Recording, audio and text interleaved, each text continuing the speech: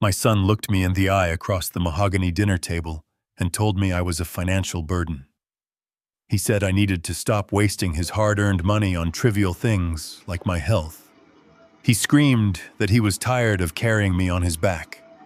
He didn't know that the very chair he sat in, the expensive wine he was drinking, and the logistics company he claimed to run as CEO were all legally mine. He didn't know that for the last 10 years, I hadn't been a retired old man living on a pension, but a silent majority shareholder watching from the shadows. 24 hours after he threw my medical bill in my face, he stood in front of an ATM trembling as the screen flashed insufficient funds for the 10th time. While he panicked in the freezing rain trying to understand why his corporate credit cards were declined, I was 30,000 feet in the air, sipping a 20-year-old scotch on my private jet, watching his world crumble through a security feed on my tablet. My name is Douglas. I am 72 years old, and this is exactly how I taught my ungrateful family the true value of $1. Before we begin this story of justice, tell me in the comments if you have ever been underestimated by the people you love. Like and subscribe for more stories where the truth finally comes out. The piece of paper hit the dinner table with a sharp slap that silenced the room. It slid across the polished wood and stopped right next to my plate of half-eaten meatloaf. I looked down. It was a medical invoice from Dr. Evans, my cardiologist. The total amount was $200. It was a routine checkup, the kind a man of 72 needs to ensure his heart keeps beating. I looked up to see my son Bradley standing over me. His face was flushed. His tie loosened the veins in his neck, bulging with a rage that seemed entirely disproportionate to the piece of paper between us. $200, Dad. Bradley hissed the words through clenched teeth. You went to Dr. Evans again. I told you specifically to go to the free clinic downtown. Do you have any idea how hard I work? Do you think money just grows on trees in the backyard? I picked up the invoice slowly. My hand didn't tremble. I had faced hostile takeovers in boardrooms that would make Bradley wet his pants, so a tantrum from my son didn't scare me. It disappointed me. I kept my voice calm. It was a necessary checkup, Bradley. My blood pressure has been fluctuating. Dr. Evans has my history. The free clinic has a 6-month waiting list. Excuses. Always excuses. Bradley slammed his hand on the table, making the silverware jump. My grandson Leo, who was 10 years old and sitting across from me, didn't even look up from his expensive gaming tablet. He just snickered a small, ugly sound of amusement at his grandfather's humiliation. Beside him, my daughter-in-law Monica took a sip of her white wine. It was a Chardonnay that cost $40 a bottle. I knew, because I was the one who paid the credit card bill, it was charged too, even if they thought they were the ones paying it. Monica set her glass down and looked at me with eyes that were cold and calculating. She sighed, the sound of a martyr dealing with an unruly child. Bradley is right, Douglas. We have expenses, real expenses. We have a mortgage. We have Leo's private school tuition. We have car payments. We cannot keep subsidizing your luxury medical preferences. If you want to live under this roof, you need to understand your place. You are a dependent. That means you do what we say. I looked at Monica. I remembered the day I approved the funds for her engagement ring because Bradley didn't have enough credit. I remembered signing the check for the down payment on this house, funneling it through a shell company so they would think it was a bank bonus. I looked at the steak on Bradley's plate, a prime ribeye. That single steak cost more than $50 at the butcher. You are eating a steak that costs a quarter of this medical bill, I said, pointing at his plate. We are drinking wine that costs 20% of this bill. Are you telling me that my heart health is worth less than tonight's dinner? Bradley let out a harsh barking laugh. I earned this steak, Dad. I am the CEO of Bradley Logistics. I manage 200 employees. I work 14 hours a day. I deal with unions, I deal with supply chains, I deal with stress you couldn't imagine. I deserve to eat well. You sit around all day reading newspapers and walking in the park. You contribute nothing. You are a drain. A $200 drain today, maybe a $500 drain tomorrow. It stops now. The irony was so thick I could taste it. Bradley Logistics. He really believed it was his. He believed the title on his office door meant ownership. He had no idea that Bradley Logistics was a wholly owned subsidiary of the Douglas Trust. He didn't know that the 14-hour days he claimed to work were mostly spent playing golf and long lunches. Facts I knew because I received the weekly efficiency reports from the COO, who reported directly to me. Bradley was a figurehead, a puppet I had placed in the chair to give him a sense of purpose, to give him a legacy. I had pumped $10,000 a month into the company's operating budget just to cover his inflated salary. I felt a surge of anger rising in my chest, hot and dangerous. I wanted to scream. I wanted to pull out my phone log into the master banking app and show him the balance of the trust.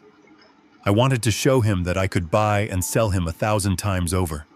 I wanted to tell him that the only reason he wasn't working a shift at a fast food joint was because I loved him enough to build a sandbox for him to play in. But I looked at Leo. My grandson was watching now, a smirk plastered on his face, mimicking his father's arrogance. "Grandpa is wasting Daddy's money again," Leo asked, his voice high and mocking. "Yes, Leo," Monica said, stroking the boy's hair. "Grandpa doesn't understand that money is hard to get. Grandpa thinks he's special." That broke something inside me. It wasn't the anger of the moment. It was the realization of a total failure. I had failed. I had raised a son who valued status over blood, and he was raising a son to be exactly the same.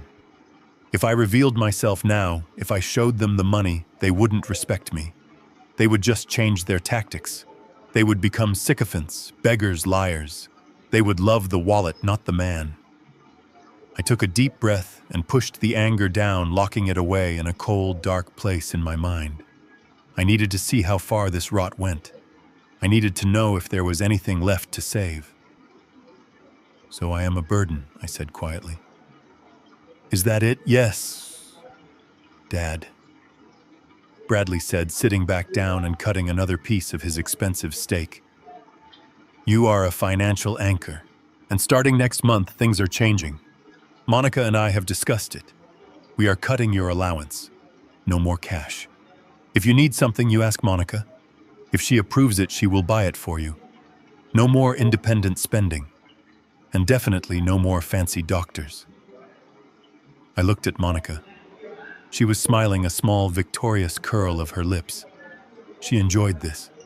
She enjoyed the power. "And my privacy?" I asked. "I am 72, not 7. You lost the right to privacy when you stopped being able to support yourself," Monica said breezily. "From now on, you bring receipts for everything, even a stick of gum." I looked down at my plate. The meatloaf suddenly looked like ash. I realized then that I wasn't sitting at a family dinner. I was sitting in a courtroom and I had just been sentenced. But the judge and jury didn't know that the defendant owned the courthouse. "Fine," I said. My voice was low, I understand. Bradley didn't even look up. "Good. Eat your meatloaf. It's getting cold, and we aren't wasting food either." I didn't eat. I sat there while they finished their meal, talking about a vacation to the Bahamas they were planning, discussing which 5-star resort had the best pool. They talked about spending $5,000 on a week of sun, mere minutes after screaming at me over $200 for a doctor. I watched them. I memorized every word, every gesture of dismissal. I was building a file in my head, and the verdict was getting closer.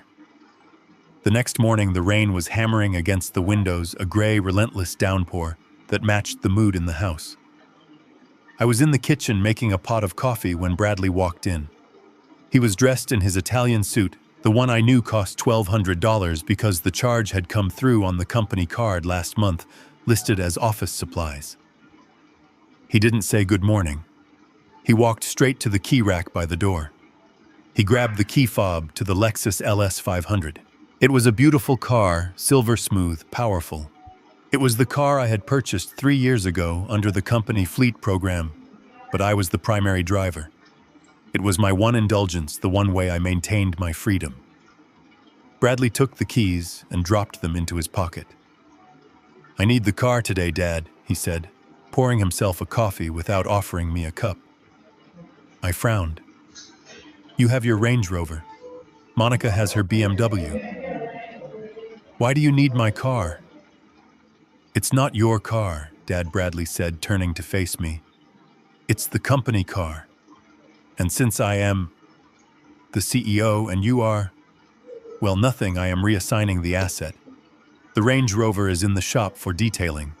I need to impress a client today." I felt a cold knot tighten in my stomach. It wasn't about the car. It was about mobility. It was about freedom. "I have an appointment at the library today, Bradley. I volunteer there on Thursdays." "How am I supposed to get there?" "Take the bus," Bradley said, blowing on his coffee. "Or call an Uber." "Oh, wait. You don't have access to the credit card for Uber anymore. Better take the bus. It's cheaper." The bus stop was 6 blocks away. It was pouring rain. My joints ached in the damp weather. He knew this. He knew that taking the bus would be physically painful for me. "Bradley, it is raining. I am 72. You cannot just take the car." "I can, and I did." Bradley snapped. "Stop being so dramatic. A little rain won't kill you. You need to understand that resources are for the people who bring value to this family. You are consuming gas insurance and depreciation on a vehicle that should be used for business. It's a waste, just like the doctor. It stops today." He took a sip of his coffee and checked his watch. "I'm leaving.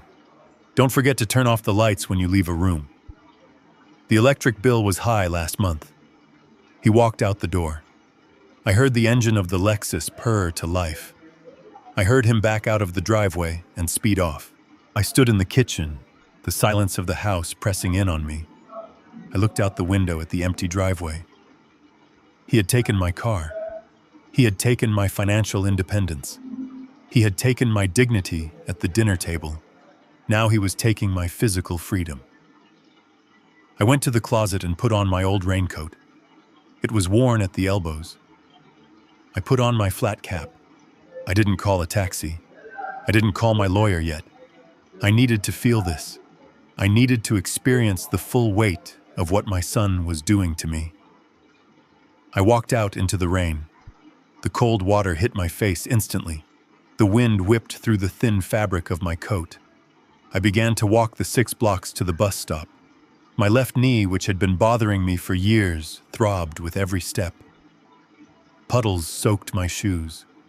A car splashed me as it drove by, soaking my pants. As I walked, I thought about the past. I thought about the day Bradley was born. I remembered holding him in the hospital, promising him the world. I remembered working 18-hour days on Wall Street, missing birthdays and school plays, sacrificing my time so that I could build a fortune that would ensure he never had to suffer the poverty I grew up in. I remembered setting up the trust.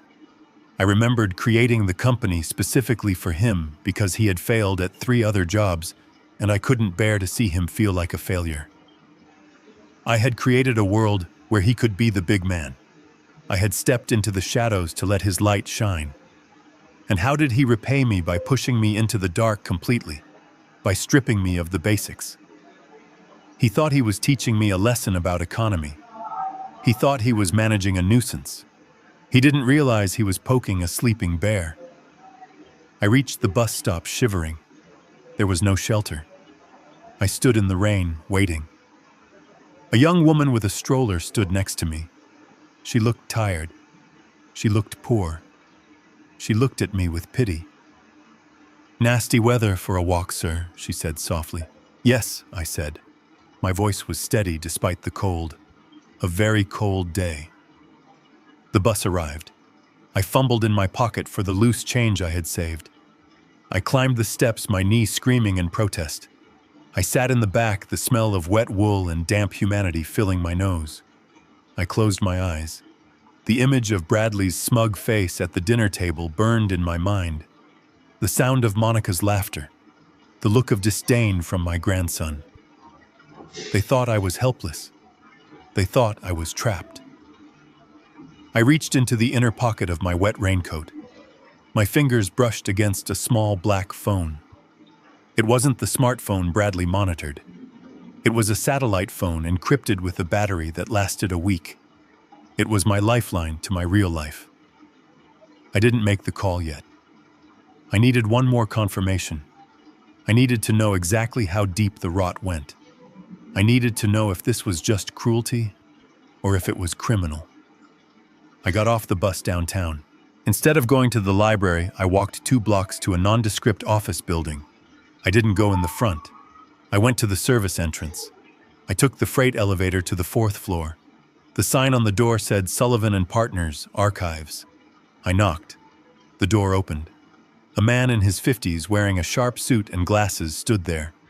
He looked at my wet coat, my soaked shoes, my dripping hat. He didn't look surprised. He looked furious on my behalf. Mr. Douglas Sullivan said, stepping back to let me in. "You shouldn't be walking in this weather." "Why didn't you call the car service?" "I needed the walk, Sullivan," I said, taking off my hat. "I needed to remind myself of why we are about to do what we are about to do." Sullivan nodded. He led me to a large table covered in documents. "I have the report you asked for, sir. It's worse than we thought." "Show me," I said. Sullivan opened a folder.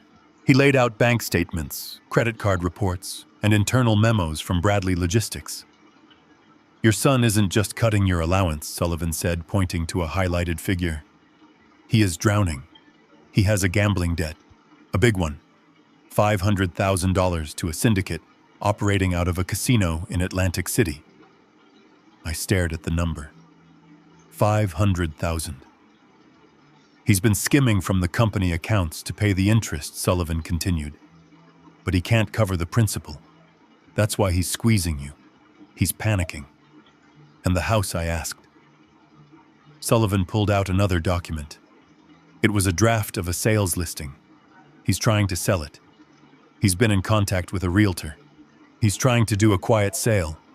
He told the realtor he has power of attorney over you due to dementia.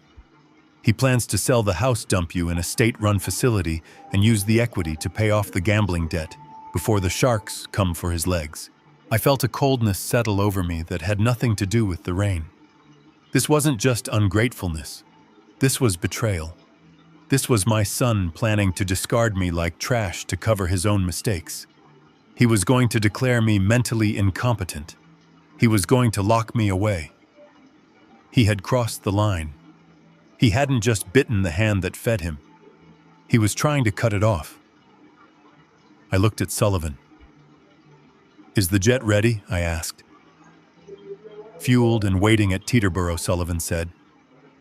"The crew is on standby, and the bank protocols.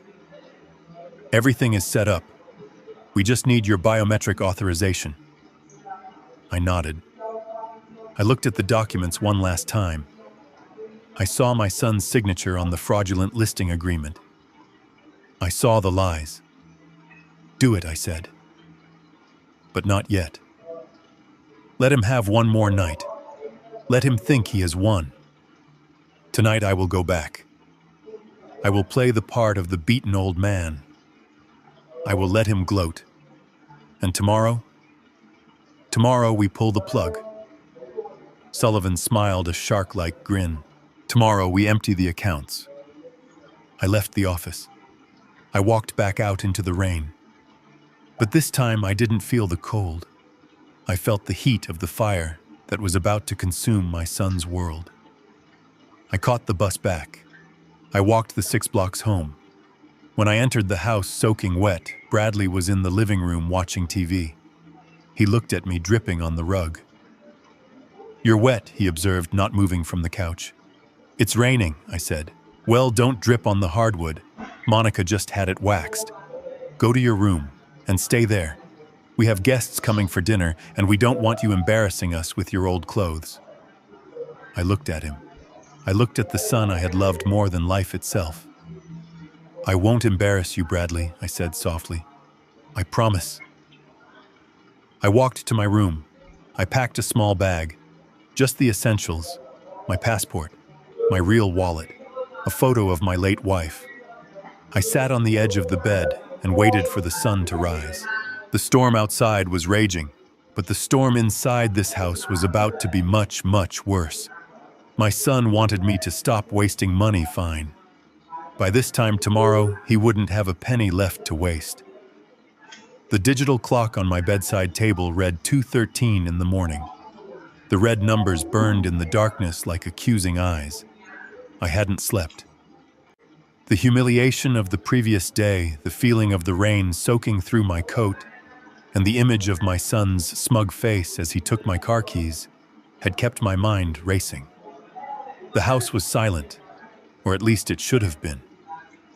But in the deep quiet of the suburbs, sound travels in strange ways. I heard a floorboard creak. It wasn't the settling of the house. It was the distinct, heavy footfall of a man pacing. I sat up. My joints popped, a reminder of the age my family despised so much. I slipped my feet into my slippers and moved toward the door. I didn't turn on a light. I knew the geography of this house better than anyone. I had designed the floor plan myself 20 years ago, ensuring the master suite, now occupied by Bradley and Monica, had the best view of the garden, while the smaller guest room, where I now resided, was tucked away near the kitchen. I opened my door a crack. A sliver of yellow light spilled from beneath the door of the study down the hall. The study used to be my sanctuary. It was where I read my market reports, where I smoked my cigars, where I planned the future of the Douglas Trust. Now it was Bradley's command center, a place I was forbidden to enter, lest I disturb his important work. I crept down the hallway. My heart wasn't racing from fear of being caught. It was racing with the cold anticipation of a hunter. I needed to know what my son was doing awake at this hour. The CEO of a logistics company might work late, but Bradley wasn't a worker. He was a pretender. As I neared the door, I heard his voice. It wasn't the booming, arrogant baritone he used at the dinner table to belittle me. It was a hushed, frantic whisper, the tone of a man watching water rise past his chin. I pressed my ear against the wood. "Listen to me. I told you I have it handled," Bradley hissed. "Stop calling the house line. If my wife picks up..." "No, I know what I owe. I know the date." There was a pause. I could hear the heavy intake of his breath. He was terrified.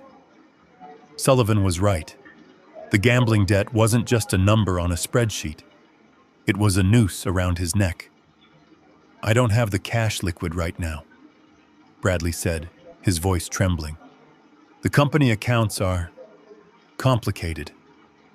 My father set up fail-safes years ago. I can't just wire $500,000 without triggering an audit." I smiled in the dark. At least he wasn't completely stupid. He knew the fences were there even if he didn't know I was the one holding the electric prod. "But I have a solution," Bradley continued, his voice dropping even lower. "I need 2 weeks. Just 2 weeks. I am liquidating the primary asset." "Yes, the house." I froze. The house. This house. The property was held by a shell corporation under the trust. Bradley lived here rent-free as a perk of his employment. He didn't own a single brick. How did he think he could sell it? "I have a realtor who isn't asking too many questions," Bradley said. I told him the title deed is in a safe deposit box, and we are processing a lost deed affidavit. I'm the executor of the estate. Well, technically not yet, but the old man is... Look, he's barely lucid. My hands clenched into fists at my sides. Barely lucid. This morning I had discussed the geopolitical implications of the new trade tariffs with Sullivan. I had completed the New York Times crossword in ink in 20 minutes. But to my son, I was a senile obstacle. "I am finalizing the power of attorney paperwork tomorrow," Bradley said. "I'm going to sign it for him. He shakes so much he can't even hold a pen, so a squiggle will look legitimate. Once I have that, I can transfer the title to my name and flip it to one of those cash for homes investors. We'll take a hit on the market value, but I can get you the 500 grand by the end of the month. Forgery. Fraud. He was crossing the line from ungrateful son to felon in real time. He was planning to steal a $2 million property, sell it for pennies on the dollar, to a predatory investor just to cover his gambling losses. He was going to burn down the kingdom I built to light a cigarette. But then came the question I was dreading. The person on the other end of the line must have asked about me, about the occupant. "Don't worry about him," Bradley said. The disdain in his voice was so thick it was almost physical. "He won't be a problem. I found a place. It's called Shady Acres. It's a state-subsidized facility about 2 hours north." Shady Acres. I knew the place. It was a warehouse for the indigent. A place where the smell of urine and bleach was permanent, where the staff was overworked and underpaid, and where the elderly were sedated into silence. It was a place you sent people you wanted to forget. "It's cheap," Bradley explained. "It will take almost all of his monthly pension check, so I won't have to pay a dime out of pocket. They have a bed opening up on Tuesday." I told them he's aggressive and prone to wandering, so they agreed to put him in the secure ward. He won't have access to a phone. Once he's in there, he's gone. He'll be dead within 6 months, and then the rest of the trust unlocks. He said it so casually. Dead within 6 months. He wasn't just planning to move me. He was calculating my expiration date. He was banking on my death. He viewed my life as a timeline that was running too long. I felt a coldness spread through my chest that had nothing to do with the temperature of the hallway. It was the death of the last ember of hope I had held for my boy. I had thought perhaps he was just stressed, just selfish. But this was malice. He was willing to imprison me in a hellhole, strip me of my dignity, and forge my name, all to save his own skin. "Okay," Bradley said. "Tuesday. I'll have the money. Just call off your dogs." He hung up. I heard the sound of liquid being poured into a glass, the clink of a bottle against crystal. He was drinking my scotch, the 30-year-old single malt I kept in the bottom drawer for special occasions. He was drinking it to calm his nerves after plotting to destroy his father. I stepped back, my movements silent. I didn't confront him. If I burst in there now, I would just be an angry old man. He would deny it. He would gaslight me. He would accelerate his timeline. No. I needed to be smarter. I needed to be the man who survived the crash of '87 and the dot-com bubble. I retreated to my room. I closed the door and locked it quietly. I sat on the edge of my bed, my heart hammering a slow, heavy rhythm against my ribs. I reached into my pocket and pulled out the small digital recorder I had started carrying since the dinner table incident. The red light was still blinking. I stopped the recording. I had it all. The confession of fraud, the conspiracy to forge legal documents, the intent to commit elder abuse.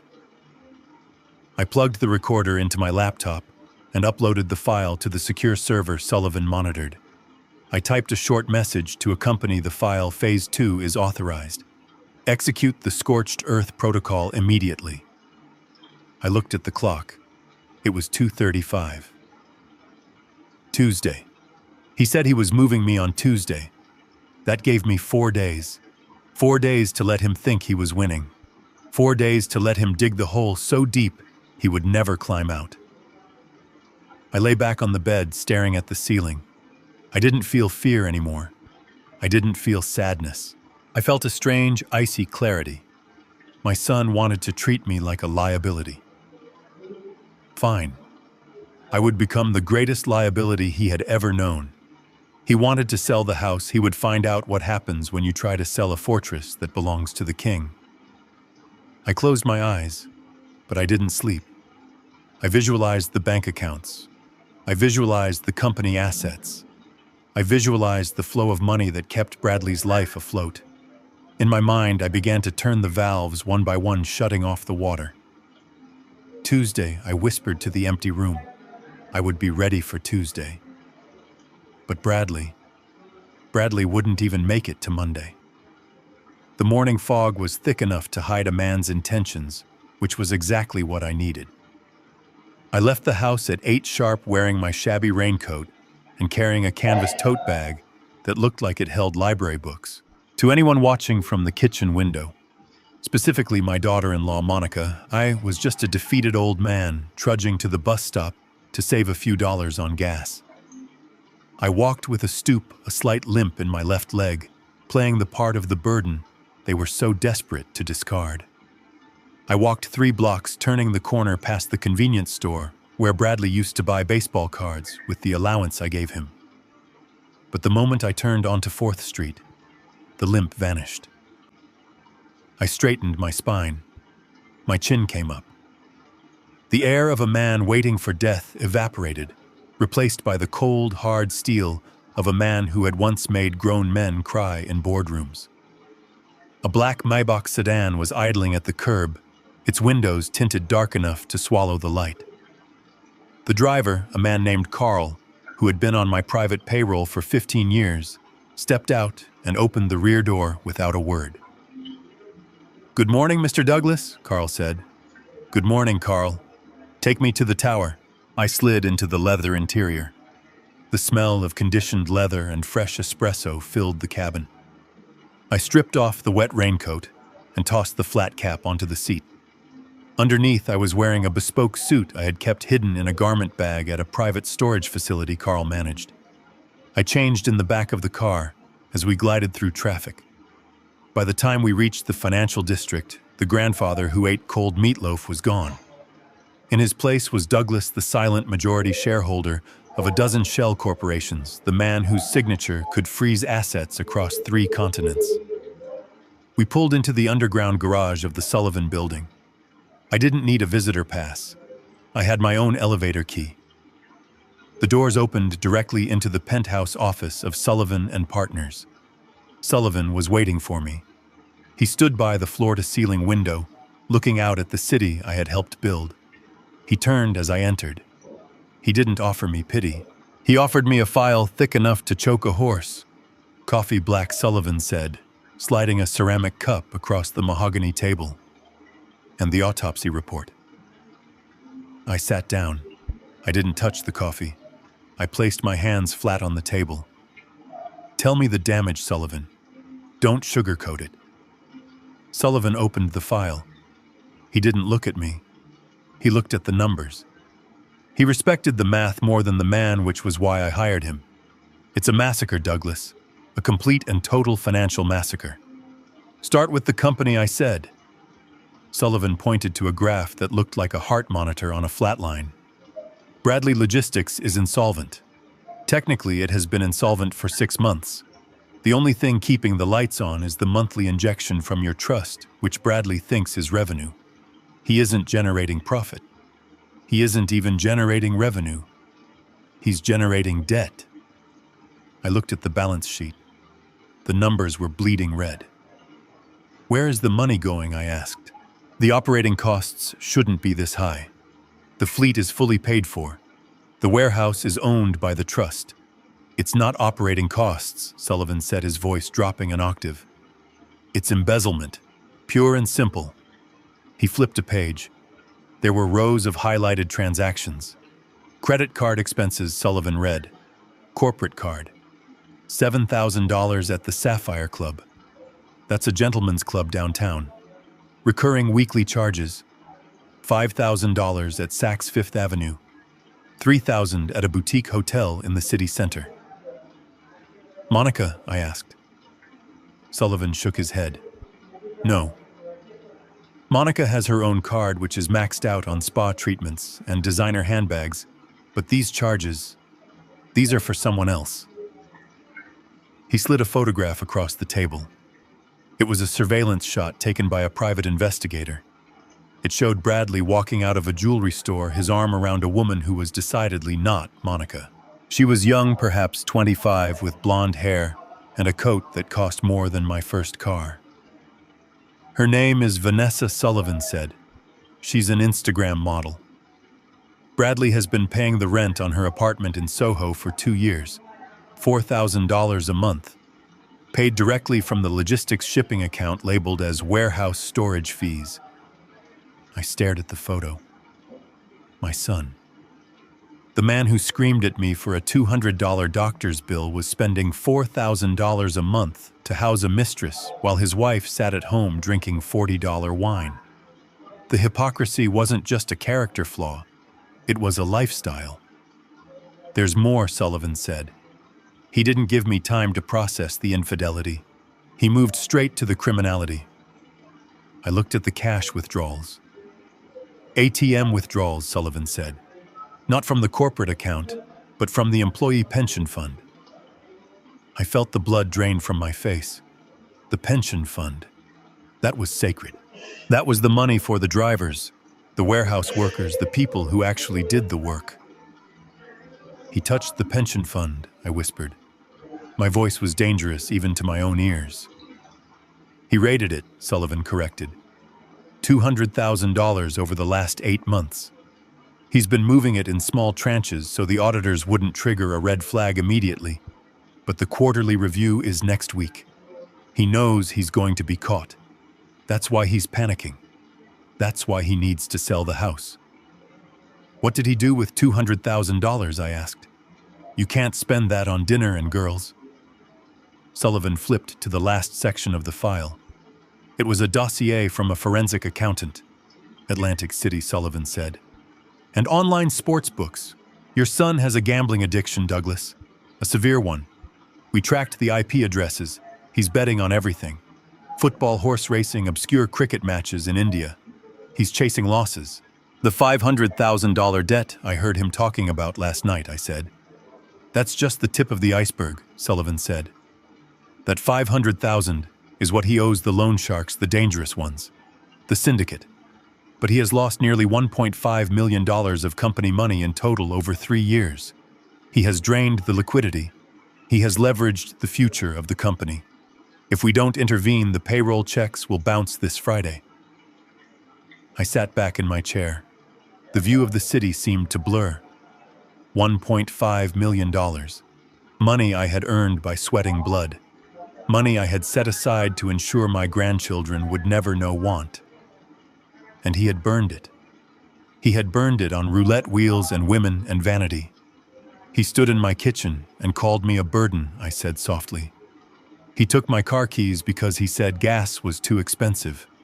And all the while he was lighting cigars with $100 bills he stole from his own employees. It gets worse, Douglas, Sullivan said. He hesitated for the first time.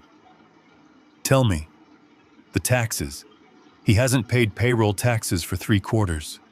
The IRS is already sniffing around. If this goes on for another month, it's not just bankruptcy. It's federal prison, for him. And potentially for you, as the silent owner if they think you were negligent. That was the kicker. He wasn't just ruining himself. He was dragging my name, my reputation, the reputation I had spent 50 years building into the mud with him. He was exposing me to liability. I stood up. I walked to the window. I looked down at the ants crawling on the pavement 40 stories below. One of those ants was my son, a man who thought he was a king because I had built him a castle, not realizing he was just a squatter in the throne room. He thinks he is going to put me in a home on Tuesday, I said to the glass. He thinks he is going to forge my signature and sell my house to pay off his bookie. He has the paperwork drawn up, Sullivan confirmed. We intercepted the emails to his lawyer, a cheap strip mall guy who asks no questions. They plan to file the competency hearing on Wednesday morning right after they drop you off at Shady Acres. I turned back to Sullivan.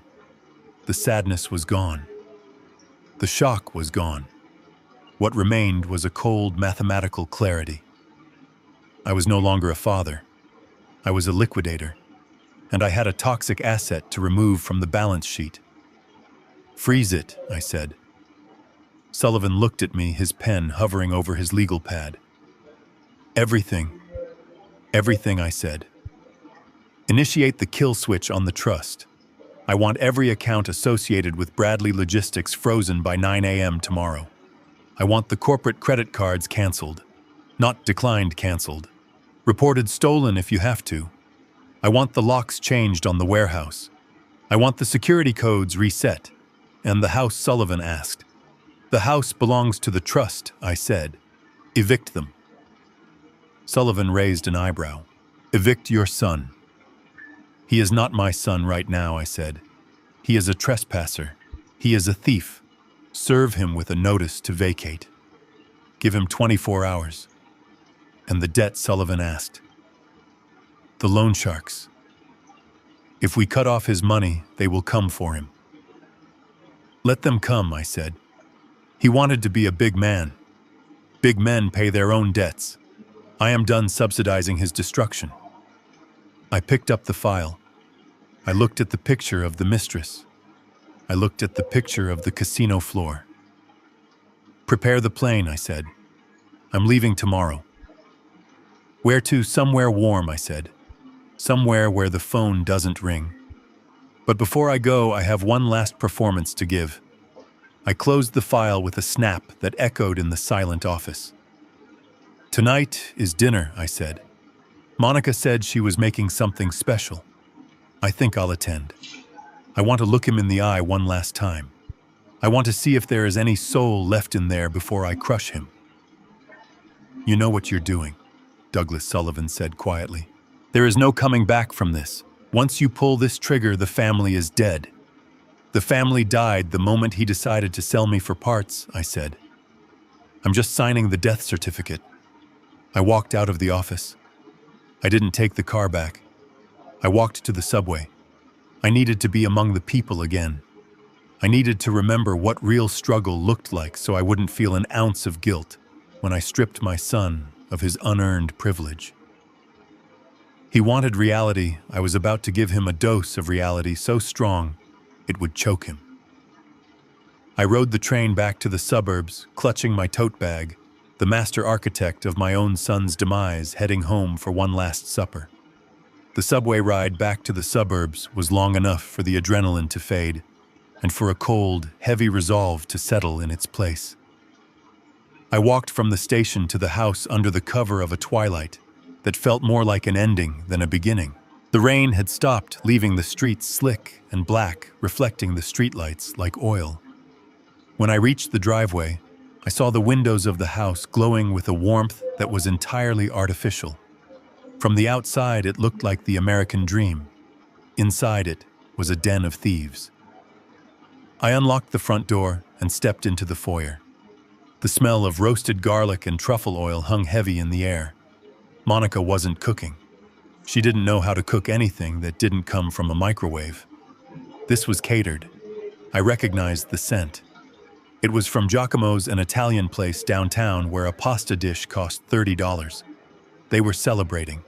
They were celebrating the solution to their problems, and I knew before I even took off my coat that I was the problem they had solved. I walked into the dining room. The table was set with the good china, my late wife's china. There were crystal glasses and a bottle of Barolo breathing on a coaster. Bradley sat at the head of the table, his face flushed, a glass, already half empty, in his hand. Monica was opposite him, scrolling on her phone, a ring light clipped to the top of it. Leo was absent, likely in his room, destroying zombies on a console I had paid for. You're late, Bradley said, not looking up from his wine. Sit down. The food is getting cold. I sat in my usual spot, the chair that felt increasingly like the dock of the accused. I unfolded my napkin. It was linen, crisp and white. Where is Leo? I asked.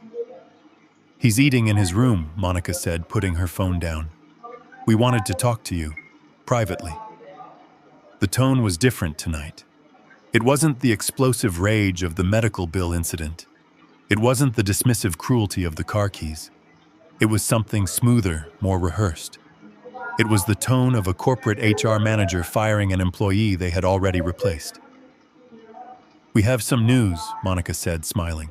Her teeth were very white, capped with veneers that cost $10,000. I'm launching a new venture, a lifestyle brand. I'm going to be streaming daily content about home organization and high-end living.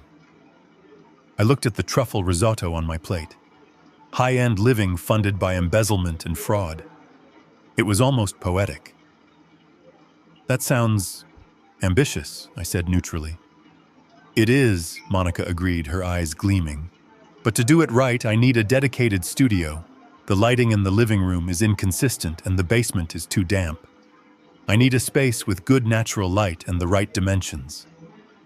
I knew where this was going before the words left her mouth. My room, the guest suite on the ground floor. It had the bay window facing the garden. It had the morning sun. We need your room, Douglas, she said. It's the only space that works for the aesthetic I'm going for. I slowly cut a piece of the chicken parmigiana. It was tender. Giacomo's always did a good job. I see, I said. And where exactly do you propose I sleep? The garage. Don't be difficult, Dad. Bradley cut in. His voice was heavy with the false patience of a man dealing with a slow child. We've thought about this. We've crunched the numbers. And honestly, this arrangement isn't working anymore. What arrangement? I asked. The one where I live in my own house. It's not your house, Bradley snapped, his facade cracking for a second before he smoothed it over. It's a company asset. And as CEO, I have to maximize asset utilization. Having you occupy prime square footage for zero return is bad business. Plus, with the financial restructuring we can't afford to support a dependent adult in a luxury environment. Financial restructuring. That was a polite way of saying, I gambled away the payroll and need to sell the roof over our heads. So Bradley continued, leaning forward, his elbows on the table.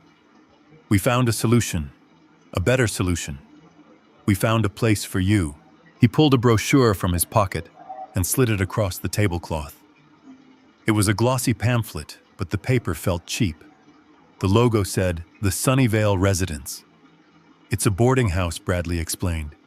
It's about 40 minutes from here, out past the industrial park. It's very affordable, $800 a month. That leaves you with enough from your pension for whatever it is you do, toothpaste, newspapers. I looked at the brochure. I didn't need to open it to know what Sunnyvale was. It was a converted motel. Single rooms, shared bathrooms down the hall, a hot plate for a kitchen. It was a place for people who had fallen through the cracks of society. It was a place for people who had no one. $800, I repeated. It's a steal, really, Monica added, picking up her wine glass. And the best part is you'll be around people your own age. You won't be lonely. You won't be underfoot here while we are trying to build our future. Underfoot. The word hung in the air, heavy and ugly. You are kicking me out, I said. It wasn't a question. We are resizing, Bradley corrected. We are cutting costs. You said you didn't want to waste my money. Well, housing you here costs me money. The electricity, the water, the food. It adds up. This way you pay your own way. You learn to be self-sufficient. It's what you would have wanted, right? You always talked about the value of hard work and independence. He was using my own philosophy against me. He was twisting the lessons I had tried to teach him into a weapon to sever our ties. He looked proud of himself. He thought he was being clever. He thought he was finally the alpha male of the family, making the hard decisions. When I asked, Tuesday, Bradley said, I already paid the deposit. First and last month. Consider it a parting gift. I'll drive you over in the morning. You can pack your things this weekend, but keep it light. The rooms are cozy. You won't have space for all your junk. Junk. He meant the photo albums. He meant the books. He meant the few mementos of his mother I had kept. So Tuesday, I said. That gives me 3 days. 3 days to say goodbye, Monica said. though she was already looking at the wall behind me, measuring it for her studio backdrop. I looked at my son. I looked at the man who was currently wearing a watch I had bought him for his graduation, a watch worth more than a year's rent at Sunnyvale. I looked at the dark circles under his eyes, the tremor in his hand as he held his wine glass. He was terrified. He was desperate. And in his desperation, he had decided that the only way to save himself was to sacrifice me. He wasn't just kicking me out. He was discarding me to clear the board for his fraud. He needed me gone so he could forge the deed. He needed me gone so he could liquidate the asset. I felt a strange sensation in my chest. It wasn't pain. It wasn't anger. It was the final click of a lock snapping shut. The last thread of paternal instinct. The instinct to protect, to forgive, to guide severed completely. I picked up my wine glass. It was a 2015 Barolo. Excellent vintage. I swirled the dark red liquid. "You're right, Bradley," I said. My voice was calm. It was the voice I used when I fired a board of directors for incompetence. I have been a burden. I have been taking up space, and if you need the room to build your future, then I should go. Bradley blinked. He hadn't expected this. He had expected a fight. He had expected begging. He had prepared arguments, threats, maybe even security. He didn't know what to do with acceptance. He said, lowering his guard. "Well, good. I'm glad you're being reasonable about this, Dad. It's for the best." "Really?" "It is," I agreed. I took a sip of the wine. It tasted like iron and earth. "It is definitely for the best." I looked at Monica. "I hope your lifestyle brand is a success, Monica. I hope you get everything you deserve." "Thank you, Douglas," she said, not catching the double meaning. "I think it's going to be huge." I finished my wine in one swallow. I stood up. "I'm going to go to my room now," I said. "I have a lot of packing to do." "You do that," Bradley said, returning to his food with the appetite of a man who thinks he has escaped the gallows. "We'll handle the cleanup." I walked out of the dining room. I walked down the hall to the guest suite. I entered the room that was about to become a studio for vanity. I closed the door. I didn't turn on the light. I walked to the window and looked out at the garden one last time. The rain had started again, a slow, steady drizzle. Tuesday. He wanted me out on Tuesday. He didn't know that by Tuesday, the locks on this house wouldn't open for him. He didn't know that by Tuesday, the car in the driveway would be repossessed. He didn't know that by Tuesday, the name Bradley Logistics would be synonymous with bankruptcy. He had given me a deadline. I accepted it. I went to the closet and pulled out my small suitcase again. I unpacked the few things I had thrown in there the night before. I folded my shirts carefully. I placed the photo of my wife on the nightstand. I was going to enjoy this weekend. I was going to sleep soundly. I was going to eat their food and drink their wine. I was going to let them believe they had won. Because the fall is so much harder when you think you are flying. I sat on the bed and took out my satellite phone. I sent one text message to Sullivan. "The eviction is confirmed for Tuesday. Execute the sequence at 0900 hours Monday. Leave them nothing." I put the phone away. I lay down on the bed. For the first time in months, the knot in my stomach was gone. My son had told me to stop wasting his money. Message received, son. Message received. Monday morning arrived with the precision of a guillotine blade. The sky was a sharp, cloudless blue, the kind of weather that usually signals new beginnings, but for my son, it signaled the end of his world. I left the house at 8:30 just as I had the previous days, wearing my worn-out raincoat and carrying my canvas bag. Bradley was still asleep. I had heard him come in at 3 in the morning, stumbling drunk, muttering about bad luck and worse odds. He was sleeping the sleep of a man who thought he had bought himself a future by selling his father. He didn't know that his future had already been foreclosed. I walked to the corner, but I didn't wait for the bus. Carl was there in the Maybach. I slid into the back seat, the heavy door sealing with a reassuring thud that shut out the noise of the suburbs. I changed into my charcoal three-piece suit, tied my silk tie with steady hands, and put on my gold cufflinks. They were heavy, cold, and real, just like the authority I was about to wield. We drove to the financial district, but this time we didn't go to Sullivan's office. We went to the headquarters of the Sovereign Mercantile Bank. It was a fortress of glass and steel that dominated the skyline. I didn't use the public entrance. My name was on a very short list of clients who used the underground executive arrival bay. Sullivan met me at the elevator.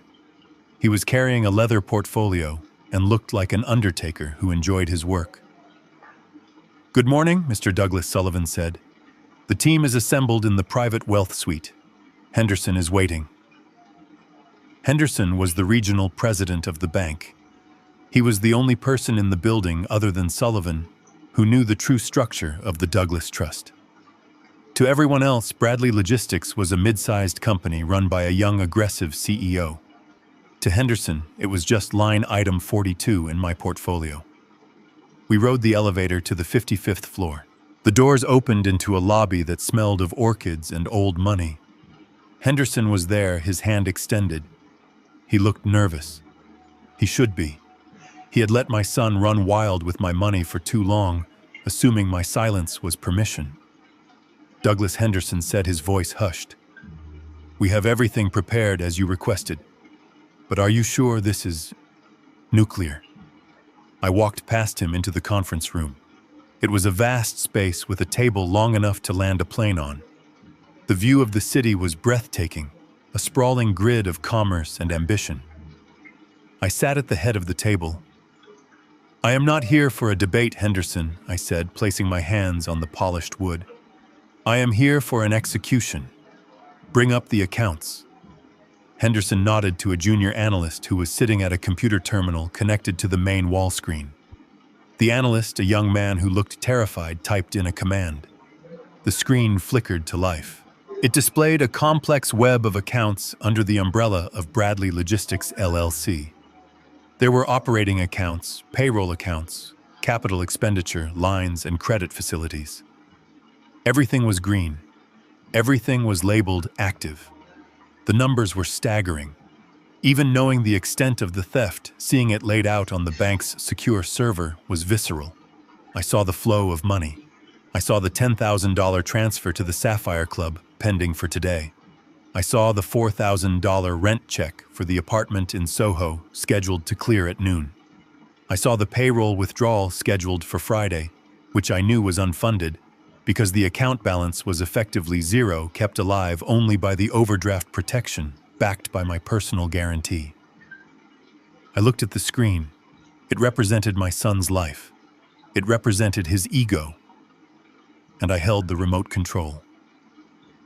"Let's begin with the corporate credit facility," I said. "The Amex Centurion and the Visa Infinite attached to the CEO's discretionary fund." Sullivan slid a document across the table. It was a corporate resolution signed by me 10 minutes ago in the car, removing Bradley as an authorized signatory effective immediately. Henderson looked at the document. He stamped it. He nodded to the analyst. "Execute," Henderson said. The analyst typed. On the big screen, the status next to the credit cards blinked. It changed from active to suspended. Then a second later to terminated. Reported fraudulent. I felt a surge of cold satisfaction. Somewhere in the city, or perhaps still sleeping in his bed, Bradley had a piece of black plastic in his wallet that was now just a piece of plastic. If he tried to buy a coffee, it would decline. If he tried to pay off a loan shark, it would trigger a security alert. Now the operating accounts, I said. This was the main artery. This was the account that paid the vendors the warehouse lease, the insurance. Sullivan spoke up. "We are invoking Clause 7A of the Trust Agreement, material breach of fiduciary duty. We are freezing the assets pending a forensic audit." The analyst looked at Henderson for confirmation. It was a massive move. It would paralyze the company instantly. Trucks wouldn't move. Gas cards wouldn't work. The company would essentially cease to exist as a functioning entity within the hour. "Do it," Henderson said. The analyst's fingers flew across the keyboard. I watched the screen. The green lights next to the operating accounts turned amber, indicating pending review, and then with a final keystroke, they turned a deep, angry red. Frozen. It was mesmerizing. It was the digital equivalent of stopping a heart. "The Soho apartment lease," I said. "That is an automatic ACH transfer from the shipping logistics account. Cancel it." The analyst navigated to the recurring payments tab.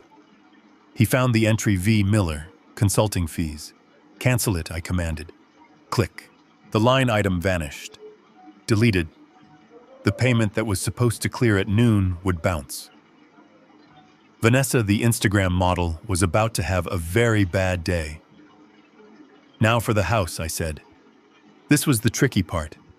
The house was owned by a holding company, DL Holdings, which was owned by the trust. Bradley paid the utilities, but the mortgage, or rather the property tax and maintenance fees, since I had bought it cash, were paid by the company. "I want the utility auto payments canceled," I said. "I want the security monitoring contract canceled. And I want the title flagged. Place a lien on the property in the name of the trust for the value of the embezzled funds. $2 million. Henderson frowned. "You are placing a lien on your own property. I am placing a lien on the asset to prevent any unauthorized sale," I explained. "Bradley thinks he can forge a deed transfer. If he tries to sell it now, the title search will pull up a $2 million debt to the Douglas Trust. No investor will touch it. He will be trying to sell a burning building." "Done," the analyst said. "The lien is registered in the county database." I leaned back in the leather chair. I felt lighter. I felt a sense of power returning to my veins, a power I had suppressed for years, playing the role of the benevolent, doting father. I had let him walk all over me because I thought it would help him walk tall. I realized now that you cannot build a man by cushioning his falls. You build him by letting him hit the concrete. "There is one more thing," Sullivan said, tapping a specific line on the spreadsheet. "The personal accounts." I looked at the screen. Bradley had been stupid. In his arrogance, he had linked his personal checking and savings accounts to the corporate overdraft as a backup funding source. He thought it made him look solvent to the bank. He didn't realize that by commingling the funds, he had exposed his personal assets to corporate liability, since we have declared the corporate accounts fraudulent due to embezzlement. Sullivan explained, his voice devoid of emotion. "The bank has the right to claw back funds from any linked accounts to cover the deficit. This is standard procedure for fraud recovery." I looked at the balance in Bradley's personal savings. It wasn't much. $40,000. Probably what was left of the last injection I had given him. It was the money he and Monica were using to pay for their lifestyle while the company burned. It was the money they would use to buy groceries, to put gas in the car, to pay for Leo's private school tuition. If I took this, I would leave them with nothing. Literally nothing. They wouldn't be able to buy milk. They wouldn't be able to pay the toll on the highway. I thought about the medical bill. I thought about the bus ride in the rain. I thought about the brochure for Sunnyvale. I thought about him planning to lock me away until I died. "Empty it," I said.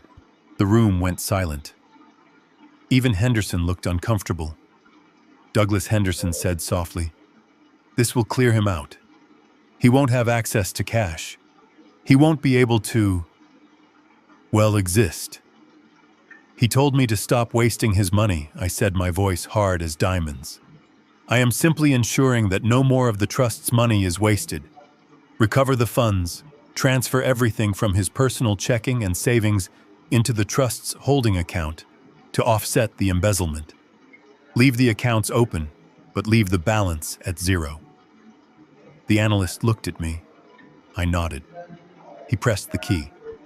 I watched the number on the screen. $42, $350,000. It blinked once. Then it changed. Zero. It was gone. In a millisecond, $40,000 was stripped from him. He was now, for all intents and purposes, destitute. And just like that, the illusion of Bradley, the CEO Bradley, the big shot Bradley, the master of the universe, was deleted. All that remained was Bradley the thief. I stood up. The feeling of power was intoxicating, but it was mixed with a profound, aching sadness. I had just destroyed my son. But I had to remind myself that I wasn't the one who destroyed him. I was just the one turning on the lights so he could see the wreckage he had created. "Thank you, Henderson," I said. I walked to the window one last time. I looked down at the city. Somewhere down there, Bradley was waking up. He was probably reaching for his phone to check his sports bets. He was probably thinking about his coffee. He had no idea that he was already dead. Sullivan packed the files. "What now?" Sullivan asked. "Now we deliver the paperwork," I said. I didn't want a courier to do it. I didn't want an email. I wanted it to be physical. "Have the process server meet me at the office," I said, "and draft the termination letter. Cause for termination, gross misconduct, embezzlement, and fraud. Effective immediately." I walked out of the conference room. The hum of the bank floor sounded different to me now. It wasn't just the sound of commerce. It was the sound of consequences. I took the elevator down to the garage. Carl was waiting. "Where to, sir?" Carl asked. "The office," I said. "Bradley Logistics. It's time to fire the CEO." As the car pulled out into the traffic, I checked my watch. It was 10 a.m. Bradley usually rolled into the office around 11, hungover and demanding. Today he would find the doors locked. Today he would find his keycard deactivated. Today he would find out that the golden goose hadn't just stopped laying eggs, it had turned into a dragon. I touched the breast pocket of my suit. The satellite phone was there. The passport was there. I was ready to disappear. But first I had to watch the fire start. I had to make sure it burned hot enough to cauterize the wound. I sat back and closed my eyes. I pictured the moment Bradley would hand his card to a waiter at lunch. I pictured the moment the decline message would appear. I pictured the moment he would check his bank app and see the zero. It was cruel, it was brutal, and it was exactly what he had ordered. The car ride from the bank to the industrial park where Bradley Logistics was headquartered took 20 minutes. It was 20 minutes of silence. I watched the city give way to warehouses and distribution centers, the engine room of the economy. I saw trucks with my family name painted on the side rolling down the highway. I saw the legacy I had built from nothing, and I felt a strange detachment. It was like looking at a house you used to live in before it burned down. The structure was still there, but the life inside was gone. We pulled up to the security gate. The guard, a man named Miller, who had worked for me for 10 years, stepped out of the booth. He saw the Maybach. He didn't know the car, but he knew the authority it projected. He leaned down. When he saw me in the back seat, his eyes went wide. He started to salute, then stopped, confused by the suit. He was used to seeing me in a cardigan bringing donuts for the night shift. "Open the gate, Miller," I said, rolling down the window just an inch. "And do not announce me." "Yes, Mr. Douglas." "Right away, sir." The gate lifted. We drove through.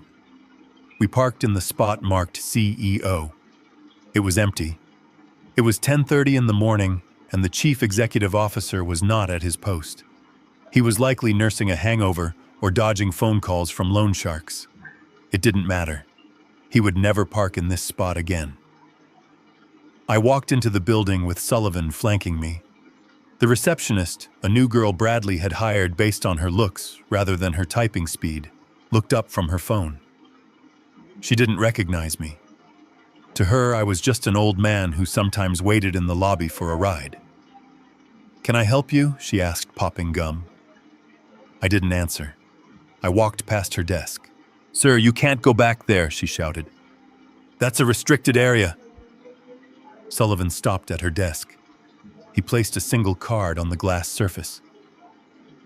"This is Mr. Douglas, the owner of the building and the chairman of the board," Sullivan said calmly. "You might want to update your resume." We walked down the hallway. I saw employees chatting in the break room. I saw offices with empty chairs. The culture of the company reflected its leader lazy, entitled and rotting from the inside. We reached the executive suite. The door to Bradley's office was closed. I didn't knock. I opened it. The office was lavish. He had redecorated it 6 months ago. Italian leather sofas, a wet bar fully stocked, a desk made of reclaimed teak that cost $12,000. On the wall there was a massive portrait of himself. Not the company founder. Not the team. Just Bradley smiling that arrogant smile. I sat in his chair. It was too soft. It was a chair designed for napping, not working. Sullivan opened his briefcase and laid 3 blank documents on the desk. "Let's begin," I said. "First, the termination." Sullivan uncapped a fountain pen. He began to draft the language on a legal pad before we would type it up on the official letterhead. "We are terminating for cause," Sullivan said, his voice echoing in the large room. Article 14 of his employment contract. Gross misconduct. Misappropriation of corporate funds. Negligence. Add fraud, I said. And breach of fiduciary duty. I want the language to be airtight. I want it to be impossible for him to claim unemployment. I want it to be impossible for him to get a job managing a lemonade stand after this. Sullivan wrote. Effective immediately, Sullivan recited. You are hereby relieved of all duties. You are stripped of all titles. All company assets in your possession, including vehicles, electronics, and access keys, must be surrendered forthwith. And the severance, I asked, knowing the answer. Null and void, Sullivan said. Under the clawback provision for criminal misconduct, he forfeits all accrued bonuses, stock options, and severance pay. He leaves with nothing but the box he packs his desk in. Good, I said. Type it. Sullivan pulled out his laptop and connected to the wireless printer in the corner. The hum of the machine whirring to life was the only sound in the room. Now the civil suit, I said. This was the heavy artillery. Firing him took away his income. The lawsuit would take away his future. We are filing a complaint for restitution, Sullivan said. We are seeking the return of the $2.2 million embezzled over the last 36 months, plus interest, plus legal fees, plus punitive damages for the reputational harm to the Douglas Trust. Draft it, I said. I watched Sullivan type. I thought about the $2 million. I thought about how many shifts my drivers had to work to generate that kind of revenue. I thought about the pension fund he had raided.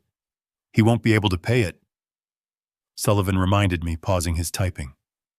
He is broke. This judgment will follow him for the rest of his life. We will garnish every paycheck he ever earns. We will seize any asset he ever acquires.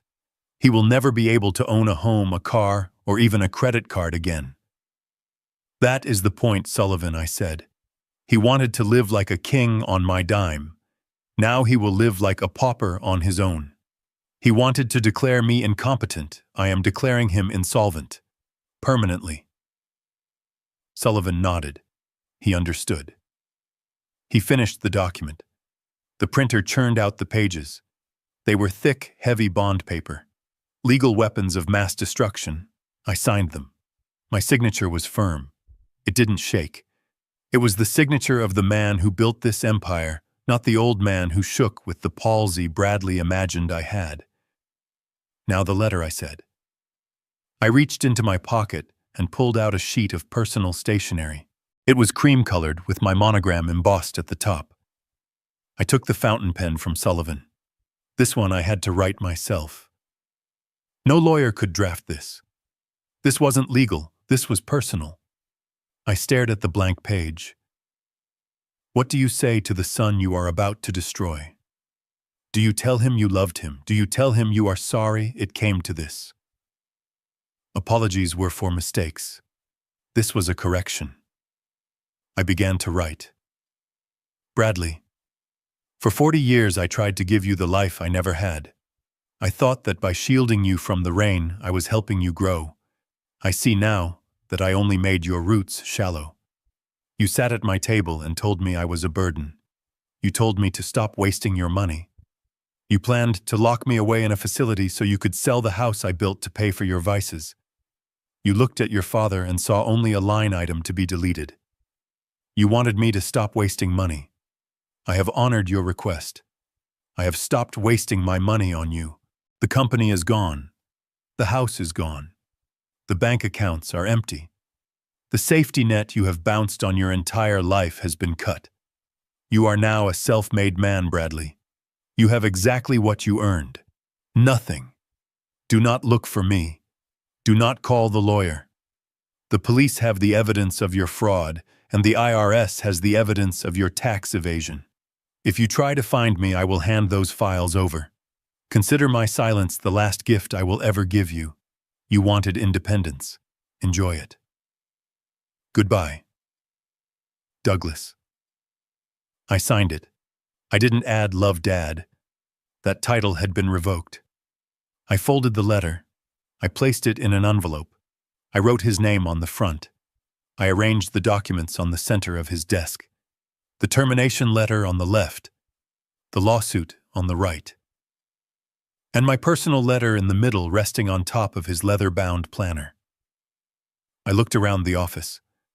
I saw the humidor on the shelf. I walked over and opened it. It was full of Cuban cigars I had bought him for his birthday. I took one.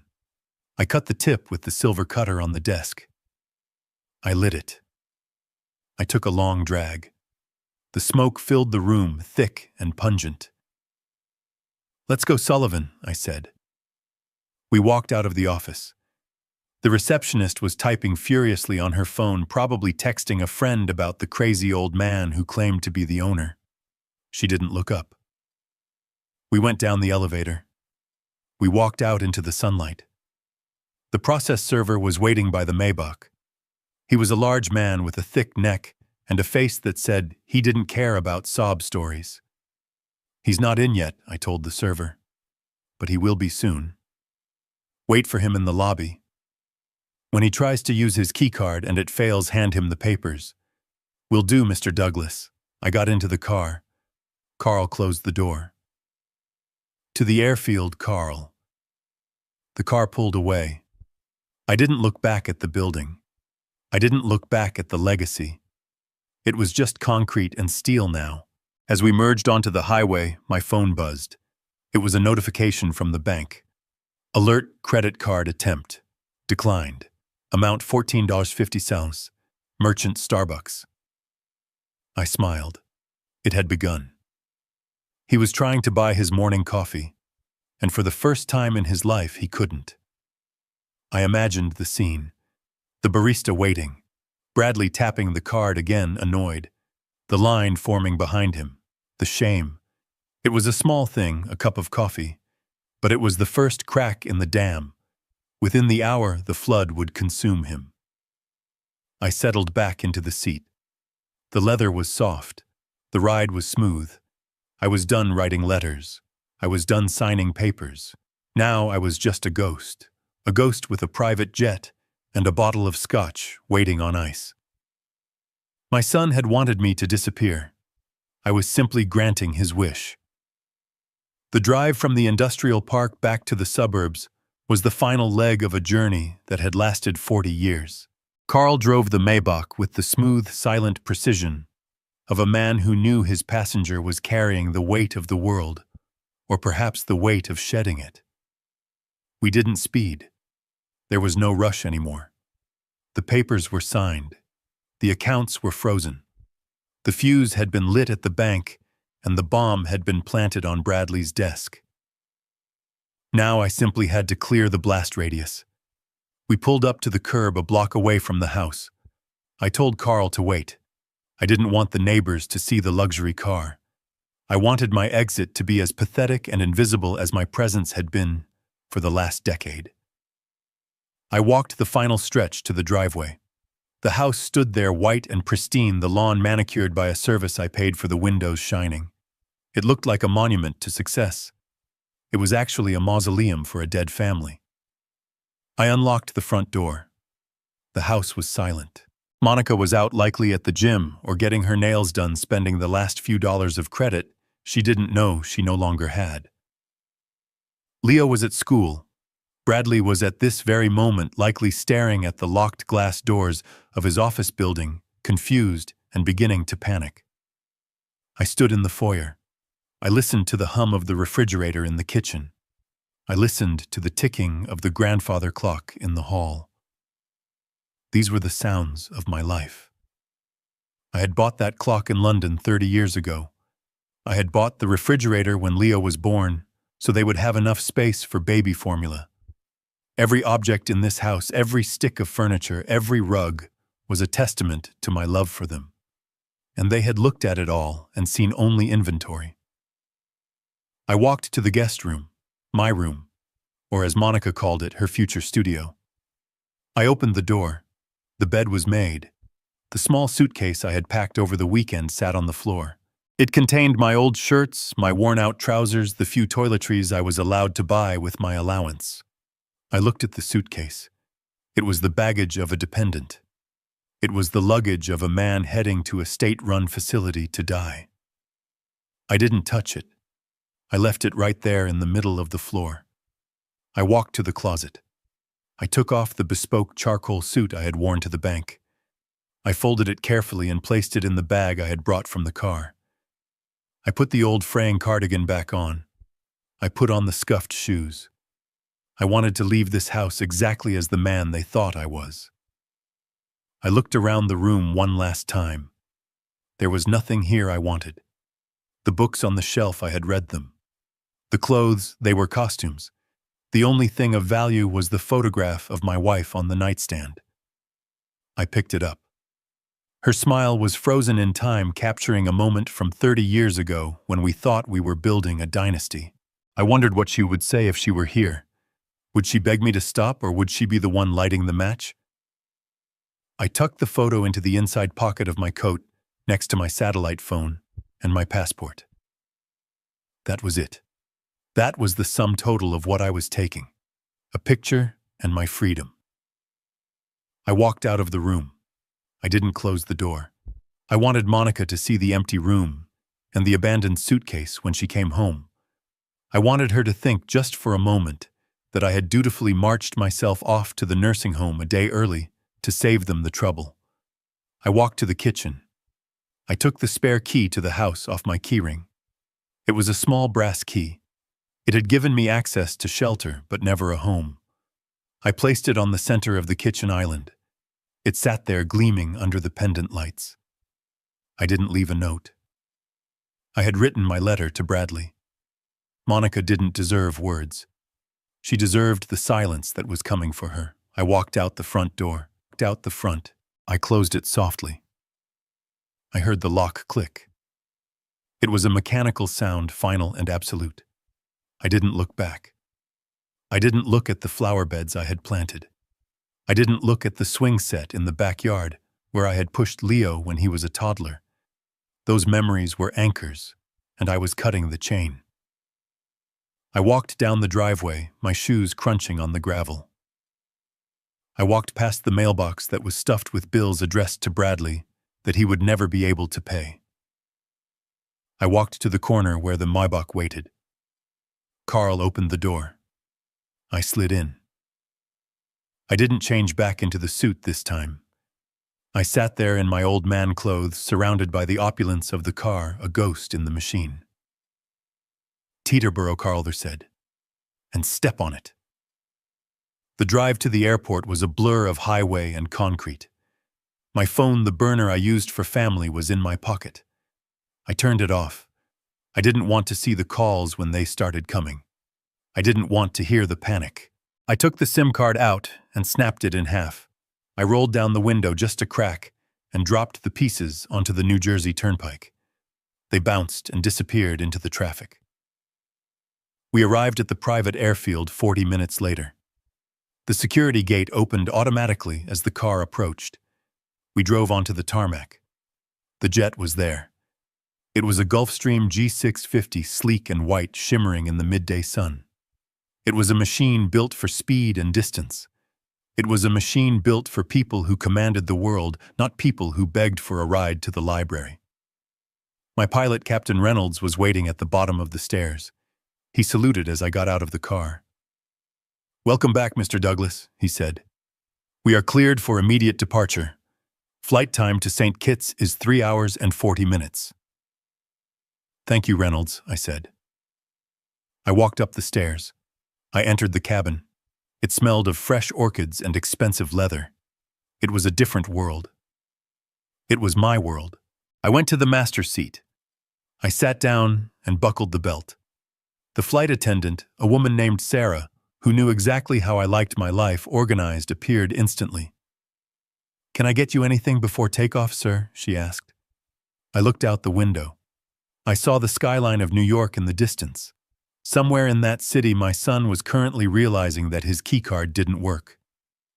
Somewhere in that city, a process server was handing him a lawsuit that would bury him. "Yes, Sarah," I said. "Open the Petrus. The 1989. She smiled. "An excellent choice, sir." The engines whined to life. The plane began to taxi. I felt the vibration in the floor, a rumble of power that surged through my body. We turned onto the runway. The pilot pushed the throttles forward. The force pushed me back into the seat. We accelerated. The ground blurred. And then, with a sudden, graceful lift, we were airborne. I watched the ground fall away. I saw the grid of streets, the cars moving like toys, the houses like Monopoly pieces. I saw the suburb where I had lived for 20 years, shrinking, until it was nothing but a gray smudge against the green. I was rising above it. I was rising above the pettiness, the ingratitude, the small, mean lives of the people who had tried to cage me. Sarah returned with a crystal glass and the bottle of wine. She poured it carefully. The liquid was dark, rich, the color of blood and garnets. She handed me the glass. "To your trip, sir," she said. "To clarity," I corrected. I took a sip. The wine was complex, with notes of truffle berries and earth. It tasted of history. It tasted of patience. It cost $5,000 a bottle. I closed my eyes and let the taste linger on my tongue. My son had screamed at me for spending $200 on a doctor to keep my heart beating. He had begrudged me the price of a bus ticket. He had wanted to warehouse me in a place that smelled of despair to save himself $800 a month. And here I was drinking a glass of wine that cost more than his mortgage payment and flying in a jet that burned more fuel in an hour than he would earn in a year. I felt a tear run down my cheek. It wasn't for me. It was for him. It was for the sheer monumental stupidity of his greed. He had been standing next to a fountain of youth, and he had died of thirst because he was too busy trying to sell the water rights. I wiped the tear away. I took another sip of the wine. I reached for the tablet stowed in the side pocket of the seat. I turned it on. I logged into the security system of the house I had just left. The cameras came online. I saw the driveway. It was empty. But then a car pulled in. It was Monica's BMW. She was home early. Maybe her card had been declined at the salon. I watched her walk to the front door. I watched her fumble with her keys. I watched her open the door and step inside. I switched the camera view to the interior. I saw her walk into the kitchen. I saw her stop. She was looking at the island. She was looking at the key I had left there. She picked it up. She looked confused. She called out a name, probably mine, or Bradley's. She walked to the guest room. She opened the door. I saw her stand there staring at the empty room at the small suitcase in the middle of the floor. She pulled out her phone. She dialed a number. I took another sip of wine. "Make the call, Monica," I whispered to the screen. "Call him. Tell him I'm gone. Tell him the old man vanished. But he won't answer. Because right now he is reading a letter that tells him he doesn't have a phone plan anymore." I turned off the tablet. I didn't need to watch the rest. I knew the script. I looked out the window at the clouds. They were white and fluffy, a floor of cotton beneath me. The sun was shining up here, bright and blinding. I was free. I had emptied the accounts. I had emptied the house. I had emptied my life of the parasites. Now all that was left was the rest of my life, and I intended to enjoy every single expensive second of it. At 30,000 feet, the internet connection on the Gulf Stream was faster than most office networks. I sat in the leather recliner, the glass of Petrus resting on the side table, and watched the notifications roll in on my tablet. Each ping was a digital breadcrumb telling me exactly where my son was and exactly how his day was disintegrating. At 1:15 in the afternoon, the alert I had been waiting for finally arrived. It was a transaction attempt for $840 at the prime cut. A steakhouse downtown where the waiters wore tuxedos and the clientele wore their net worth on their wrists. I knew exactly who Bradley was having lunch with. He wasn't meeting a logistics client. He wasn't meeting a supplier. He was meeting a man named Varga. Sullivan's report had identified Varga as a mid-level enforcer for the gambling syndicate Bradley owed money to. Bradley had likely invited him to lunch to buy time to flash the corporate credit card, to pour expensive wine down the man's throat, while he spun lies about liquidating assets and incoming wire transfers. He was playing the part of the big-shot CEO one last time, trying to convince the shark not to bite. I closed my eyes and pictured the scene. I knew the restaurant well. I knew the table Bradley would have requested, table 4 in the corner by the window, where he could be seen but not heard. I could see him leaning back in the leather booth, laughing too loudly, his suit jacket unbuttoned to show off the monogram on his shirt. He would be sweating slightly despite the air conditioning, because Varga wasn't the kind of man who laughed at bad jokes. Then the check would arrive, a small black folder containing the judgment. Bradley wouldn't even look at the total. He was too arrogant for that. He would casually slide the black Amex Centurion card into the folder, barely breaking eye contact with Varga. He would smile that practiced, oily smile and say something about writing it off as a business expense. I watched the tablet. Transaction declined. Reason account closed. Fraud alert.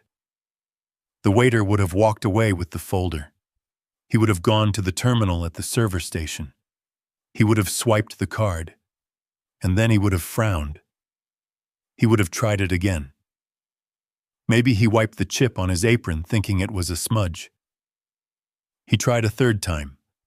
The machine would have spit out a slip of paper with the words, "Do not honor." The walk back to the table is the longest walk a waiter can make. I imagined him approaching Bradley.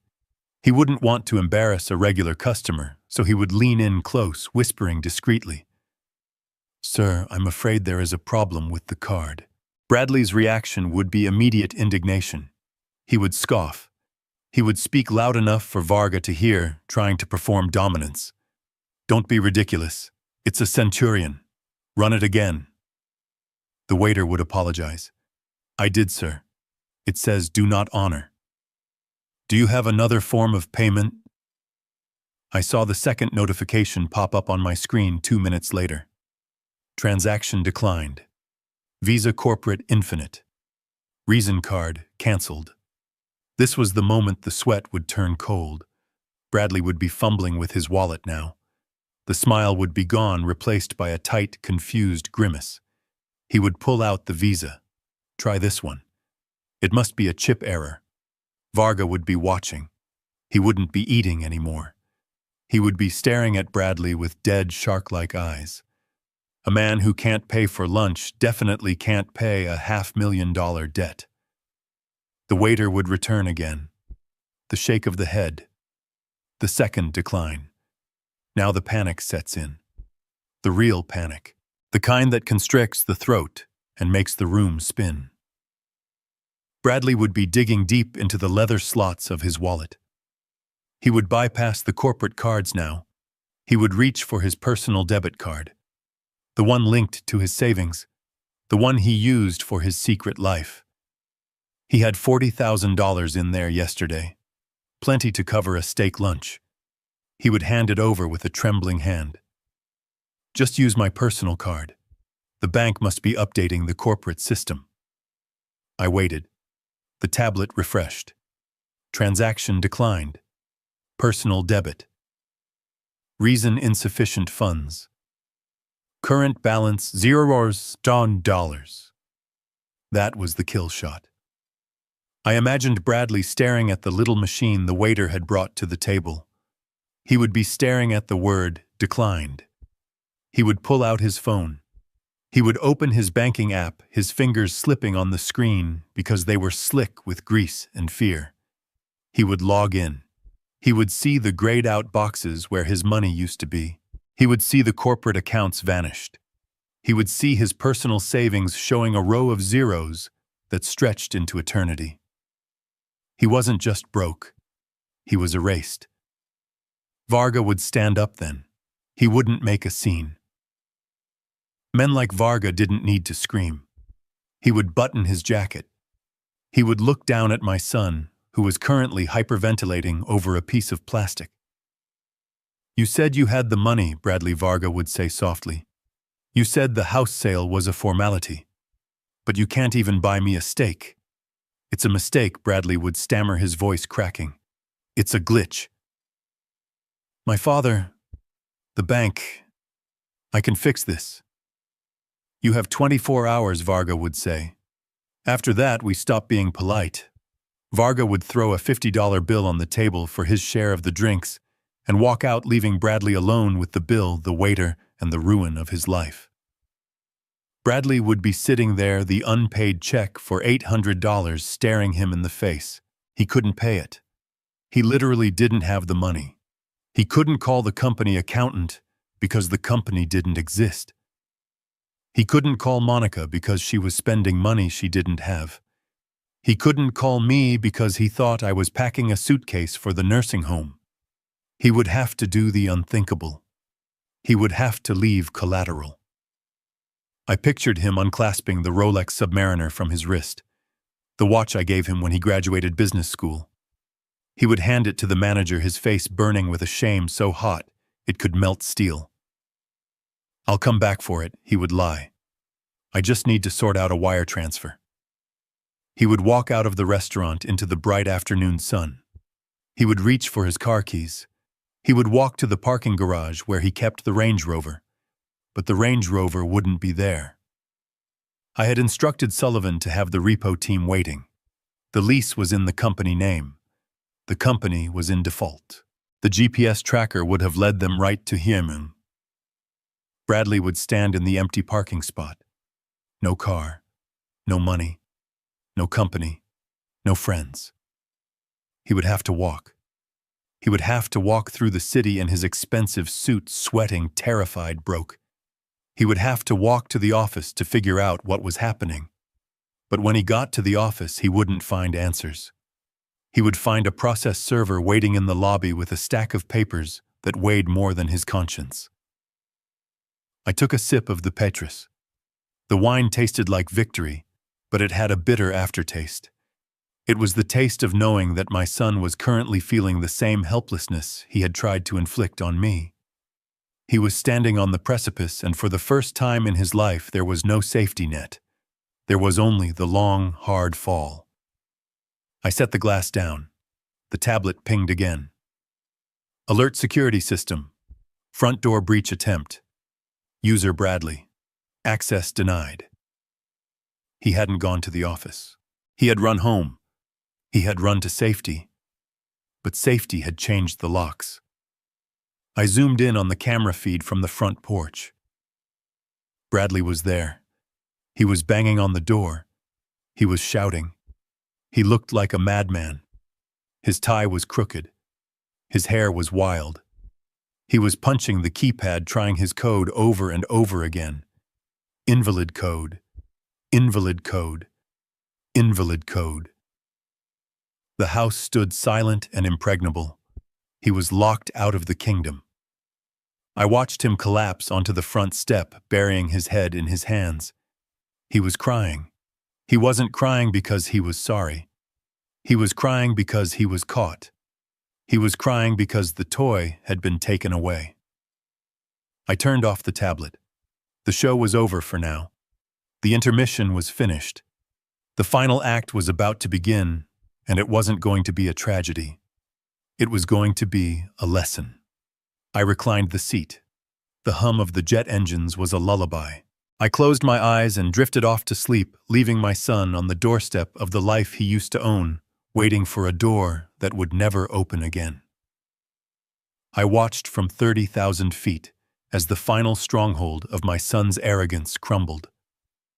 The security feed on my tablet was crystal clear, showing every bead of sweat on Bradley's forehead as he pounded on the mahogany front door of the house he believed was his.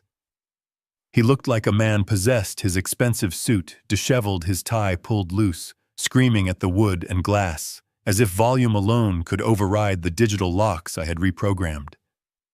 He punched the keypad again and again, his fingers mashing the buttons in a frantic rhythm, but the small LED light remained a stubborn, unyielding red. He kicked the door, leaving a scuff mark on the finish, a final act of vandalism against a property he had treated with contempt for years. He shouted for Monica. He shouted for me. He screamed that the system was broken, that the batteries were dead, that the world had gone mad. He didn't realize that the system was working perfectly for the first time in years. It was keeping the parasites out. Suddenly, the door opened. Bradley stumbled forward, relief washing over his face, thinking perhaps I had heard him or Monica had unlocked it. But the figure standing in the doorway was not his wife, and it certainly wasn't his elderly father. It was a man named Stone, the head of the private security firm Sullivan retained for high-risk asset protection. Stone was 6 feet 4 inches of muscle and professionalism, dressed in a tactical black uniform that made it very clear he was not a doorman. Behind him stood 2 other agents blocking the view of the foyer. Bradley froze, his mouth hanging open. "Who are you?" he demanded, trying to summon the authority of a CEO, but sounding more like a frightened trespasser. "Get out of my house. I'm calling the police." Stone didn't blink. He stepped out onto the porch, forcing Bradley to retreat down the steps. "You can call the police if you wish." Mr. Hughes, Stone said, his voice a deep rumble that carried easily to the camera's microphone. "But they will simply confirm what I am about to tell you. You are trespassing on private property." Trespassing. Bradley sputtered, his face turning a dangerous shade of purple. "This is my house. I live here. My father lives here." "Where is he?" "What have you done with him?" Stone reached into his vest and pulled out a folded document. He handed it to Bradley. "This is a notice to quit and an order of immediate eviction," Stone stated. "You have been served, the locks have been changed, the security codes have been reset. You have exactly 1 hour to remove essential personal items under our supervision. Anything left after that hour will be cataloged and placed in storage at your expense." Bradley stared at the paper. He tried to read it, but his hands were shaking too hard.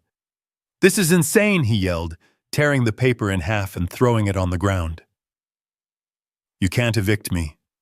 I own this place. My name is on the deed. Or it will be. My father is incompetent. He doesn't know what he's doing." A black sedan pulled into the driveway behind Bradley. The door opened and Sullivan stepped out.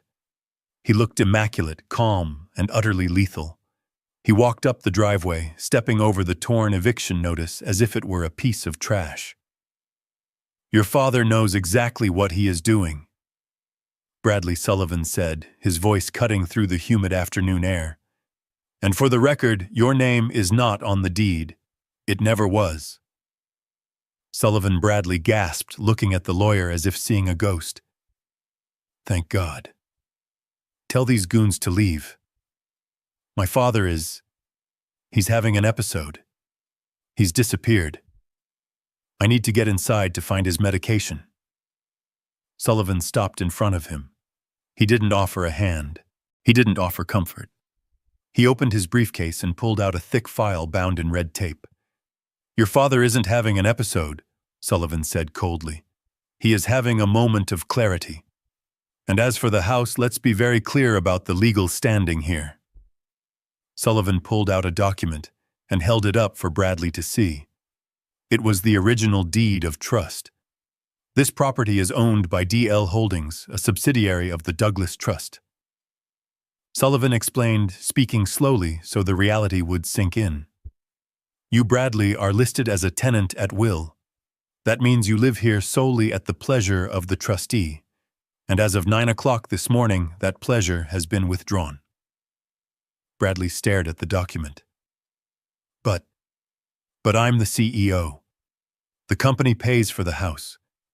The company is insolvent, Sullivan shot back. I filed the dissolution paperwork an hour ago. The assets are frozen. The lease is void. You don't have a job. You don't have a company.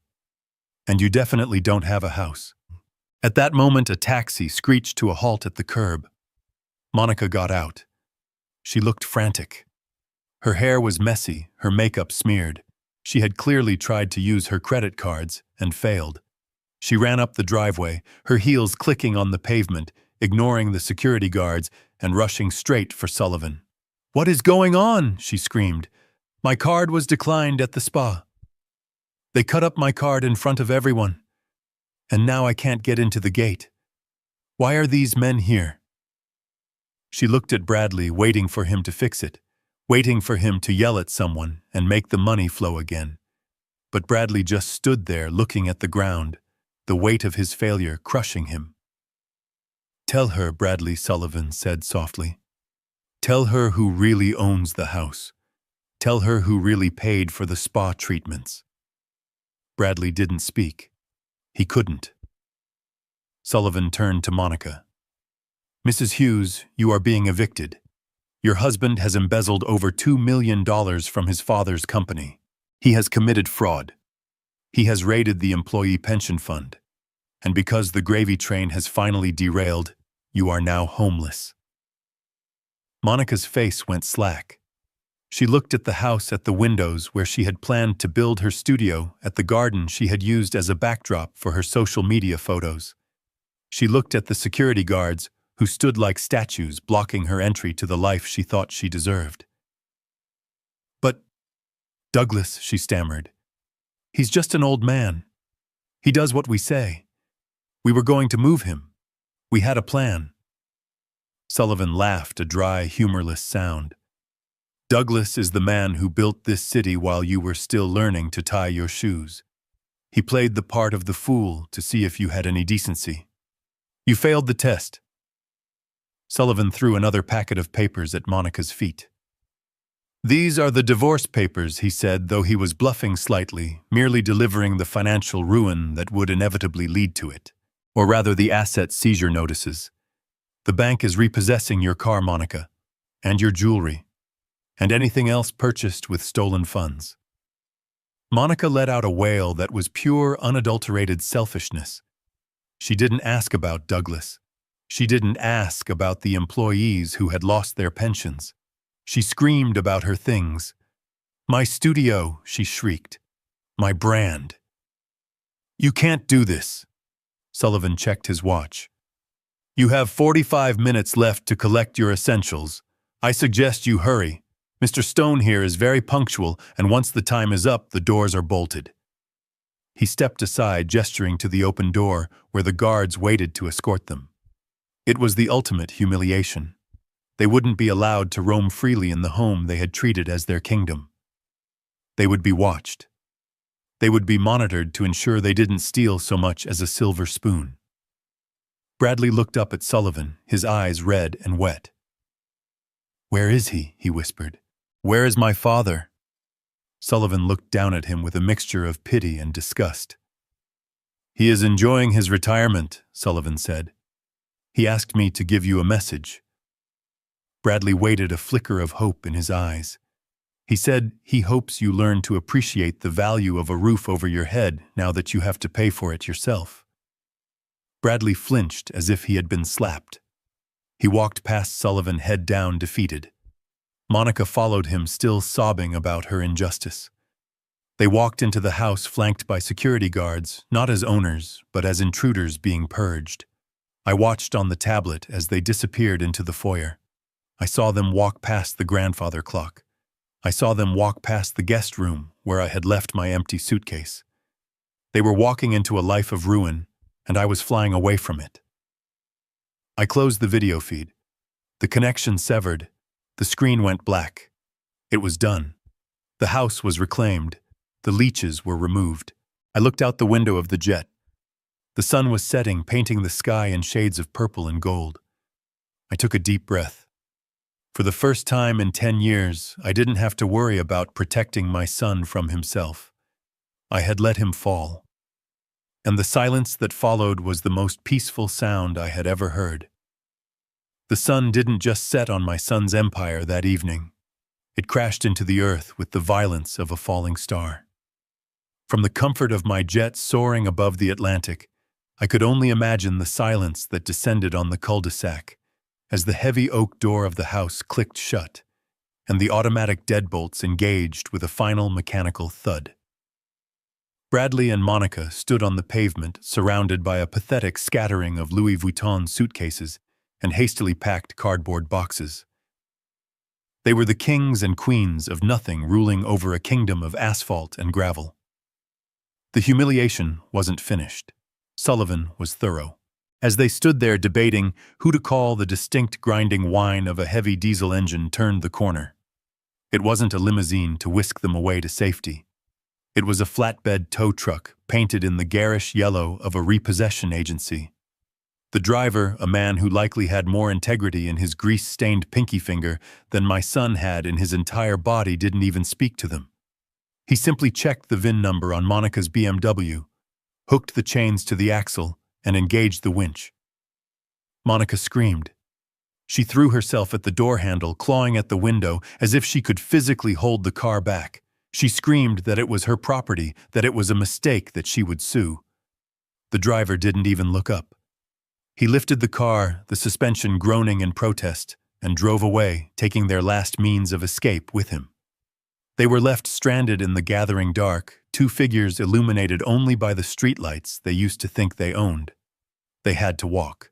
They dragged their expensive luggage down the street to the bus stop, the wheels clattering loudly in the quiet neighborhood. The neighbors' people they had snubbed for years watched from behind curtained windows. No one came out to help. No one offered a ride. The bridges Bradley had burned were still smoking, and there was no way across. They couldn't go to a hotel in the city. Their cards were dead. Their credit was radioactive. They ended up at the Bluebird Motor Inn, a place on the edge of the highway where the neon sign buzzed with the sound of dying flies, and the rooms were rented by the hour. I know this because Sullivan received a notification from the private investigator who was ensuring they didn't try to break back into the main house. I can picture the room. The carpet would be sticky, smelling of stale smoke and old desperation. The wallpaper would be peeling at the corners. There would be no thread count sheets, no room service, no truffle risotto, just a single flickering fluorescent bulb casting a sickly pallor over their ruin. It was in that room that the darkness truly swallowed them. According to the report, the fighting started almost immediately. It wasn't the bickering of a married couple. It was the vicious, cornered animal snarling of two people who realized they had tethered themselves to a sinking stone. "You did this." Monica's voice would have been shrill, bouncing off the thin walls. "You told me you had it handled. You told me the company was printing money." I married a fraud, and Bradley stripped of his suit jacket, sitting on the edge of a mattress that had seen 1,000 tragedies finally snapped back. "You spent it all, you and your vanity projects, you and your $40 wine, you leached me dry. Monica, you didn't marry me, you married a credit limit, They blamed each other for the darkness, but the truth was, they had both turned out the lights. They sat in the gloom of that motel room, their phones dead or useless, their stomachs empty. There was no electricity in their relationship, no water in the well of their empathy. They were hungry, tired, and terrified. For the first time in his life, Bradley reached into his pocket and found nothing but lint. No keys, no cash, no cards. He looked at his wife and saw a stranger who hated him. She looked at him and saw a failure. The night stretched on endless and suffocating. They tried to sleep, but the sound of trucks roaring past on the highway shook the flimsy walls, a constant reminder of the commerce and movement they were no longer a part of. They were static. They were stuck. And as the cold reality of their new life settled into their bones, the silence between them grew heavy. It was the silence of two people realizing that the only thing worse than being alone is being trapped with the person who helped destroy you. They were discovering that rock bottom wasn't a place you visited. It was a place you lived when you had nowhere else to go. The luxury was gone. The facade was gone. All that was left was the echo of my voice telling them that the bank was closed. It had been 30 days since I walked out of that house in the rain. 30 days of silence.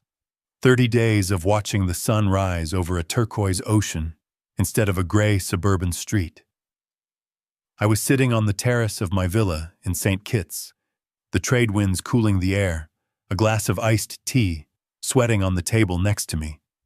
I wasn't hiding. I was simply living the life I had earned, a life I had postponed for decades, to play the role of a father to a man who didn't deserve it. My tablet chimed. It wasn't a standard notification. It was the specific urgent tone assigned to the emergency line Sullivan had left open for Bradley. It was the only lifeline I had allowed to remain active, a single thread dangled into the abyss to see if anything would climb up. I looked at the screen. Incoming video call. Unknown number. I knew who it was. I picked up the tablet. I didn't answer immediately. I took a sip of my tea. I adjusted my sunglasses. I wanted to make sure the framing was perfect. Behind me, the infinity pool blended seamlessly with the Caribbean Sea. A waiter in a white uniform was just placing a platter of fresh fruit on the side table. The sun was shining. It was paradise. I tapped the green button. The image that filled my screen was a study in human misery. The camera was shaking, held by hands that were clearly trembling. The lighting was poor, the sickly yellow tint of a cheap motel room lamp. And the face was a ruin. Bradley looked 10 years older than when I had last seen him at the dinner table. His hair, usually styled with expensive product, was greasy and matted against his forehead. He hadn't shaved in days, a patchy beard covering his jaw. His eyes were bloodshot, rimmed with dark bruised circles that spoke of sleepless nights and terror.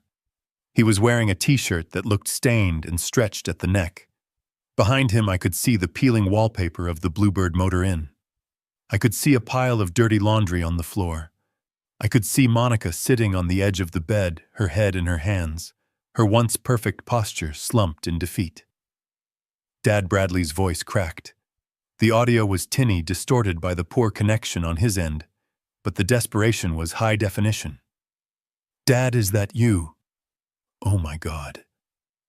"Oh my God," you answered. I leaned back in my chair, letting the camera capture the full breadth of my relaxation. "Hello, Bradley," I said. My voice was calm, steady, the voice of a man who had slept 8 hours a night for a month. "You look terrible." "Dad! Where are you?" Bradley shouted, moving the phone closer to his face so that his nose distorted in the lens. "We went to the house. It was locked. The police, the guards, they threw us out. Dad, everything is gone. The accounts are frozen. My cards don't work. We have nothing. We have absolutely nothing." I took a slice of papaya from the platter. It was sweet and cool. "I know," I said. I froze them. Bradley froze. The realization hit him, but his brain, starved of hope and filled with fear, couldn't quite process the shift in power dynamics. But why, Dad? This isn't funny. You have to undo it. You have to call the bank. I'm in trouble. Real trouble. I'm aware of your trouble, I said. I'm aware of the $500,000 you owe to the syndicate. I'm aware that Varga is looking for you. Bradley's face drained of color. He looked like a ghost haunting his own life. How do you know that? He whispered. I know everything, Bradley. I always knew. I knew about the embezzlement. I knew about the pension fund. I knew about the mistress in Soho. I knew about your plan to declare me incompetent and sell my house. He started to cry. It wasn't a dignified weeping. It was the ugly, snot-nosed sobbing of a child who has been caught. Dad, please. I didn't mean it. It was the stress. I was going to pay it back. I swear. But you have to help me now. They found us. Varga's guys. They came to the motel yesterday. They gave me 48 hours. They said they're going to break my legs, Dad. They said they're going to hurt Monica. You can't let them hurt us. We're your family. Family. He used the word like a shield, thinking it still had magic properties. Family doesn't try to lock their father in a state facility to die, I said coldly. Family doesn't steal from the people who built the roof over their heads. Dad. I'm begging you. Bradley screamed, falling to his knees. The camera angle shifted wildly, showing the stained carpet. Look at me, I'm on my knees. I'm sorry. I'm so sorry. I'll do anything. Just transfer the money. You clearly have it. Look at where you are. You're rich. You were rich the whole time and you let me suffer. I let you suffer. I asked, my voice dropping to a dangerous whisper. I gave you a company. I gave you a home. I gave you a life most men only dream of, and you spit on it. You told me I was wasting your money. Do you remember that, Bradley? You sat across from me eating a $50 steak and told me my heart medication was a waste of resources. I was wrong. I was stupid, Bradley wailed. Monica lifted her head in the background. Her face was gaunt, her makeup long gone. She looked at the screen at the paradise behind me with a mixture of hunger and hatred. Douglas, please, she rasped. We haven't eaten a real meal in 2 days. We are living like animals. Help us, just this once. I looked at them. The contrast was stark. On one side of the screen, a sun-drenched terrace, a man in a linen shirt enjoying the fruits of a lifetime of labor. On the other, a dark, smelly room filled with two people who had never worked an honest day in their lives, drowning in the consequences of their own greed. You asked me to stop wasting money, I said again. I am simply complying with your wishes. Sending money to you would be the ultimate waste. It would be throwing gold into a black hole. Dad.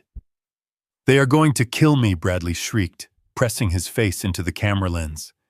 Does that mean nothing to you? I looked at the ocean. I watched a sailboat cut through the water, white sails against the blue. It means something, I admitted. It means you made a deal with the devil and now payment is due. And for the first time in your life, you don't have your father's credit card to swipe. Bradley stared at me. The hope was fading from his eyes, replaced by a dawn of absolute terror. He realized that the man on the screen wasn't the father he had bullied. It was a stranger with all the power. Dad, wait. Don't hang up. Please. I'll change. I'll work. I'll pay you back. Just save me. One last time, save me. I looked at him. I saw the fear. It was real. But I also saw the entitlement still lurking beneath it. He didn't want to change. He just wanted the pain to stop. He wanted the checkbook to open. I reached for the button to end the call. I have a meeting, Bradley. I lied. My golf pro is waiting. Dad, no. Dad. His scream was tinny and distant. I tapped the screen. The image of the motel room vanished. The sound of his begging was cut off. Silence returned to the terrace. The wind rustled the palm fronds. The waiter poured more iced tea. I sat there for a moment looking at the black screen of the tablet. I didn't feel joy. I didn't feel triumph. I felt a heavy final closure. I had looked into the face of my son and seen nothing worth saving. He was in hell, and I was in heaven. And the distance between us wasn't just geographical.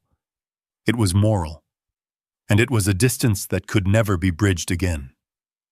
The screen of the tablet remained black for a moment, a digital void where my son's desperate face had just been. But the silence didn't last. The emergency line chimed again. He was calling back. He was tenacious in his panic, if nothing else. I let it ring for 10 seconds, then 20. I watched a seagull dive into the ocean and come up with a silver fish. Nature was brutal, efficient, and honest. My son was none of those things. I tapped the green button one last time. Bradley's face reappeared. He was closer to the camera now, his eyes wide and frantic. Dad. Thank God. I thought I lost you. I thought the connection dropped. Listen, I know I messed up. I know I was awful. But you can't leave me here. You can't let them hurt me. You said you have the money. Just pay them off. $2 million, that's all. You said it was nothing to you. I looked at him. I saw the calculation behind the fear. He had heard me mention the embezzled amount. He knew the liquidity was there. He was already doing the math, figuring that if he could just survive this, he could manipulate his way back into my good graces. He thought this was a negotiation. $2 million, I repeated slowly. Yes, that is roughly the amount you stole from the company. That is the amount that is currently missing from the pension fund and the operating accounts. I'll pay it back. Bradley swore. I'll work for free. I'll scrub floors. Just clear the debt. Please, Dad. For the family. I sighed. I picked up a document that was lying on the table next to my iced tea. It was a transfer confirmation from the Bank of Zurich. I could pay it, Bradley, I said. You are right. $2 million is a rounding error in my portfolio. It would take me 30 seconds to wire the funds to your account. I could make the bad men go away. I could put you back in a house. I could give you your life back. Bradley's face lit up. Hope is a dangerous thing for a desperate man. Yes. Yes, Dad. Please, just do it. I promise I'll never ask for anything again. I held up the document to the camera. But I can't, I said. Because the money is gone. Bradley squinted at the screen. What? What do you mean gone? I mean spent, I said. I transferred $2.2 million this morning. It left my account at 9 a.m. Transferred where Bradley asked, his voice trembling again. To the loan sharks, to the bank, to the Emily Douglas Scholarship Fund, I said. The name hit him. Emily, his mother. I established it today, I continued. It provides full-ride scholarships for underprivileged students who want to study business ethics and supply chain management. Students who understand the value of hard work. Students who would never steal from their employees. Bradley stared at me. His mouth opened, but no sound came out. $2 million, I said. It will put 50 kids through college. It will change 50 lives. It will create 50 futures. That seemed like a much better investment than saving one man who had already squandered every advantage he was ever given. You gave it away, Bradley whispered. You gave my inheritance to strangers. It wasn't your inheritance, I corrected him sharply. It was my money. And as you so eloquently pointed out at dinner, I needed to stop wasting it. Saving you would be a waste, Bradley. Investing in the future is not. But I'm your son, he screamed. I'm your flesh and blood, and they are the future, I said. You are the past. You had your chance. You had 40 years of chances. You blew them all. Dad, don't do this. You're sentencing me to death, no, I said. I'm sentencing you to life. Real life. The kind where you have to wake up and earn your keep. The kind where actions have consequences. You're young. You're healthy. You have 2 hands. Go use them. Get a job. Wash dishes. Dig ditches. Do whatever it takes. But do not call me again. I leaned forward, bringing my face close to the camera. You told me to stop wasting your money, Bradley. I took your advice. I stopped wasting my money on you. I didn't wait for his response. I didn't want to hear the next lie, the next plea, the next curse. I tapped the red button. The screen went black. This time I opened the settings menu. I found the contact for the emergency line. I selected block caller. Then I selected delete contact. It was done. I put the tablet down on the table. The silence of the terrace returned unbroken and pure. I picked up my glass of iced tea. The ice cubes clinked softly. I looked out at the horizon. The sun was dipping lower, turning the ocean into a sheet of hammered gold. It was beautiful. It was peaceful. Excuse me, sir, I turned. The waiter was standing there, holding a bottle of champagne in a silver bucket. Mr. Sullivan called, the waiter said. He said to open this for you. He said the transfer to the scholarship fund was confirmed and the press release has gone out. I smiled. Sullivan was efficient to the end. Thank you, I said. Pour it. The cork popped with a festive sound. The waiter poured the golden liquid into a flute. I took it. I held it up to the light. To 50 futures, I whispered. I took a sip. It was crisp and cold. I put on my sunglasses. I lay back in the lounge chair. I closed my eyes and listened to the sound of the waves crashing on the shore below. My son was in a motel room in New Jersey facing the ruin he had built for himself. I was on a private island drinking vintage champagne. He had wanted me to stop wasting money. I smiled. I had never spent money so well in my entire life. Looking back, I realized my greatest mistake wasn't cutting my son off, but waiting 40 years to do it. We often confuse enablement with love, believing that by shielding our children from the storm, we help them grow. In reality, we only rot their roots. I learned that dignity is not negotiable, and respect cannot be purchased with generosity. It must be commanded by boundaries. If you are holding on to toxic family members out of guilt or obligation, let this be your sign to let go. Sometimes the only way to save a person is to let them hit rock bottom on their own. If you enjoyed watching justice finally be served, hit the like button and subscribe to my channel for more stories of truth and retribution.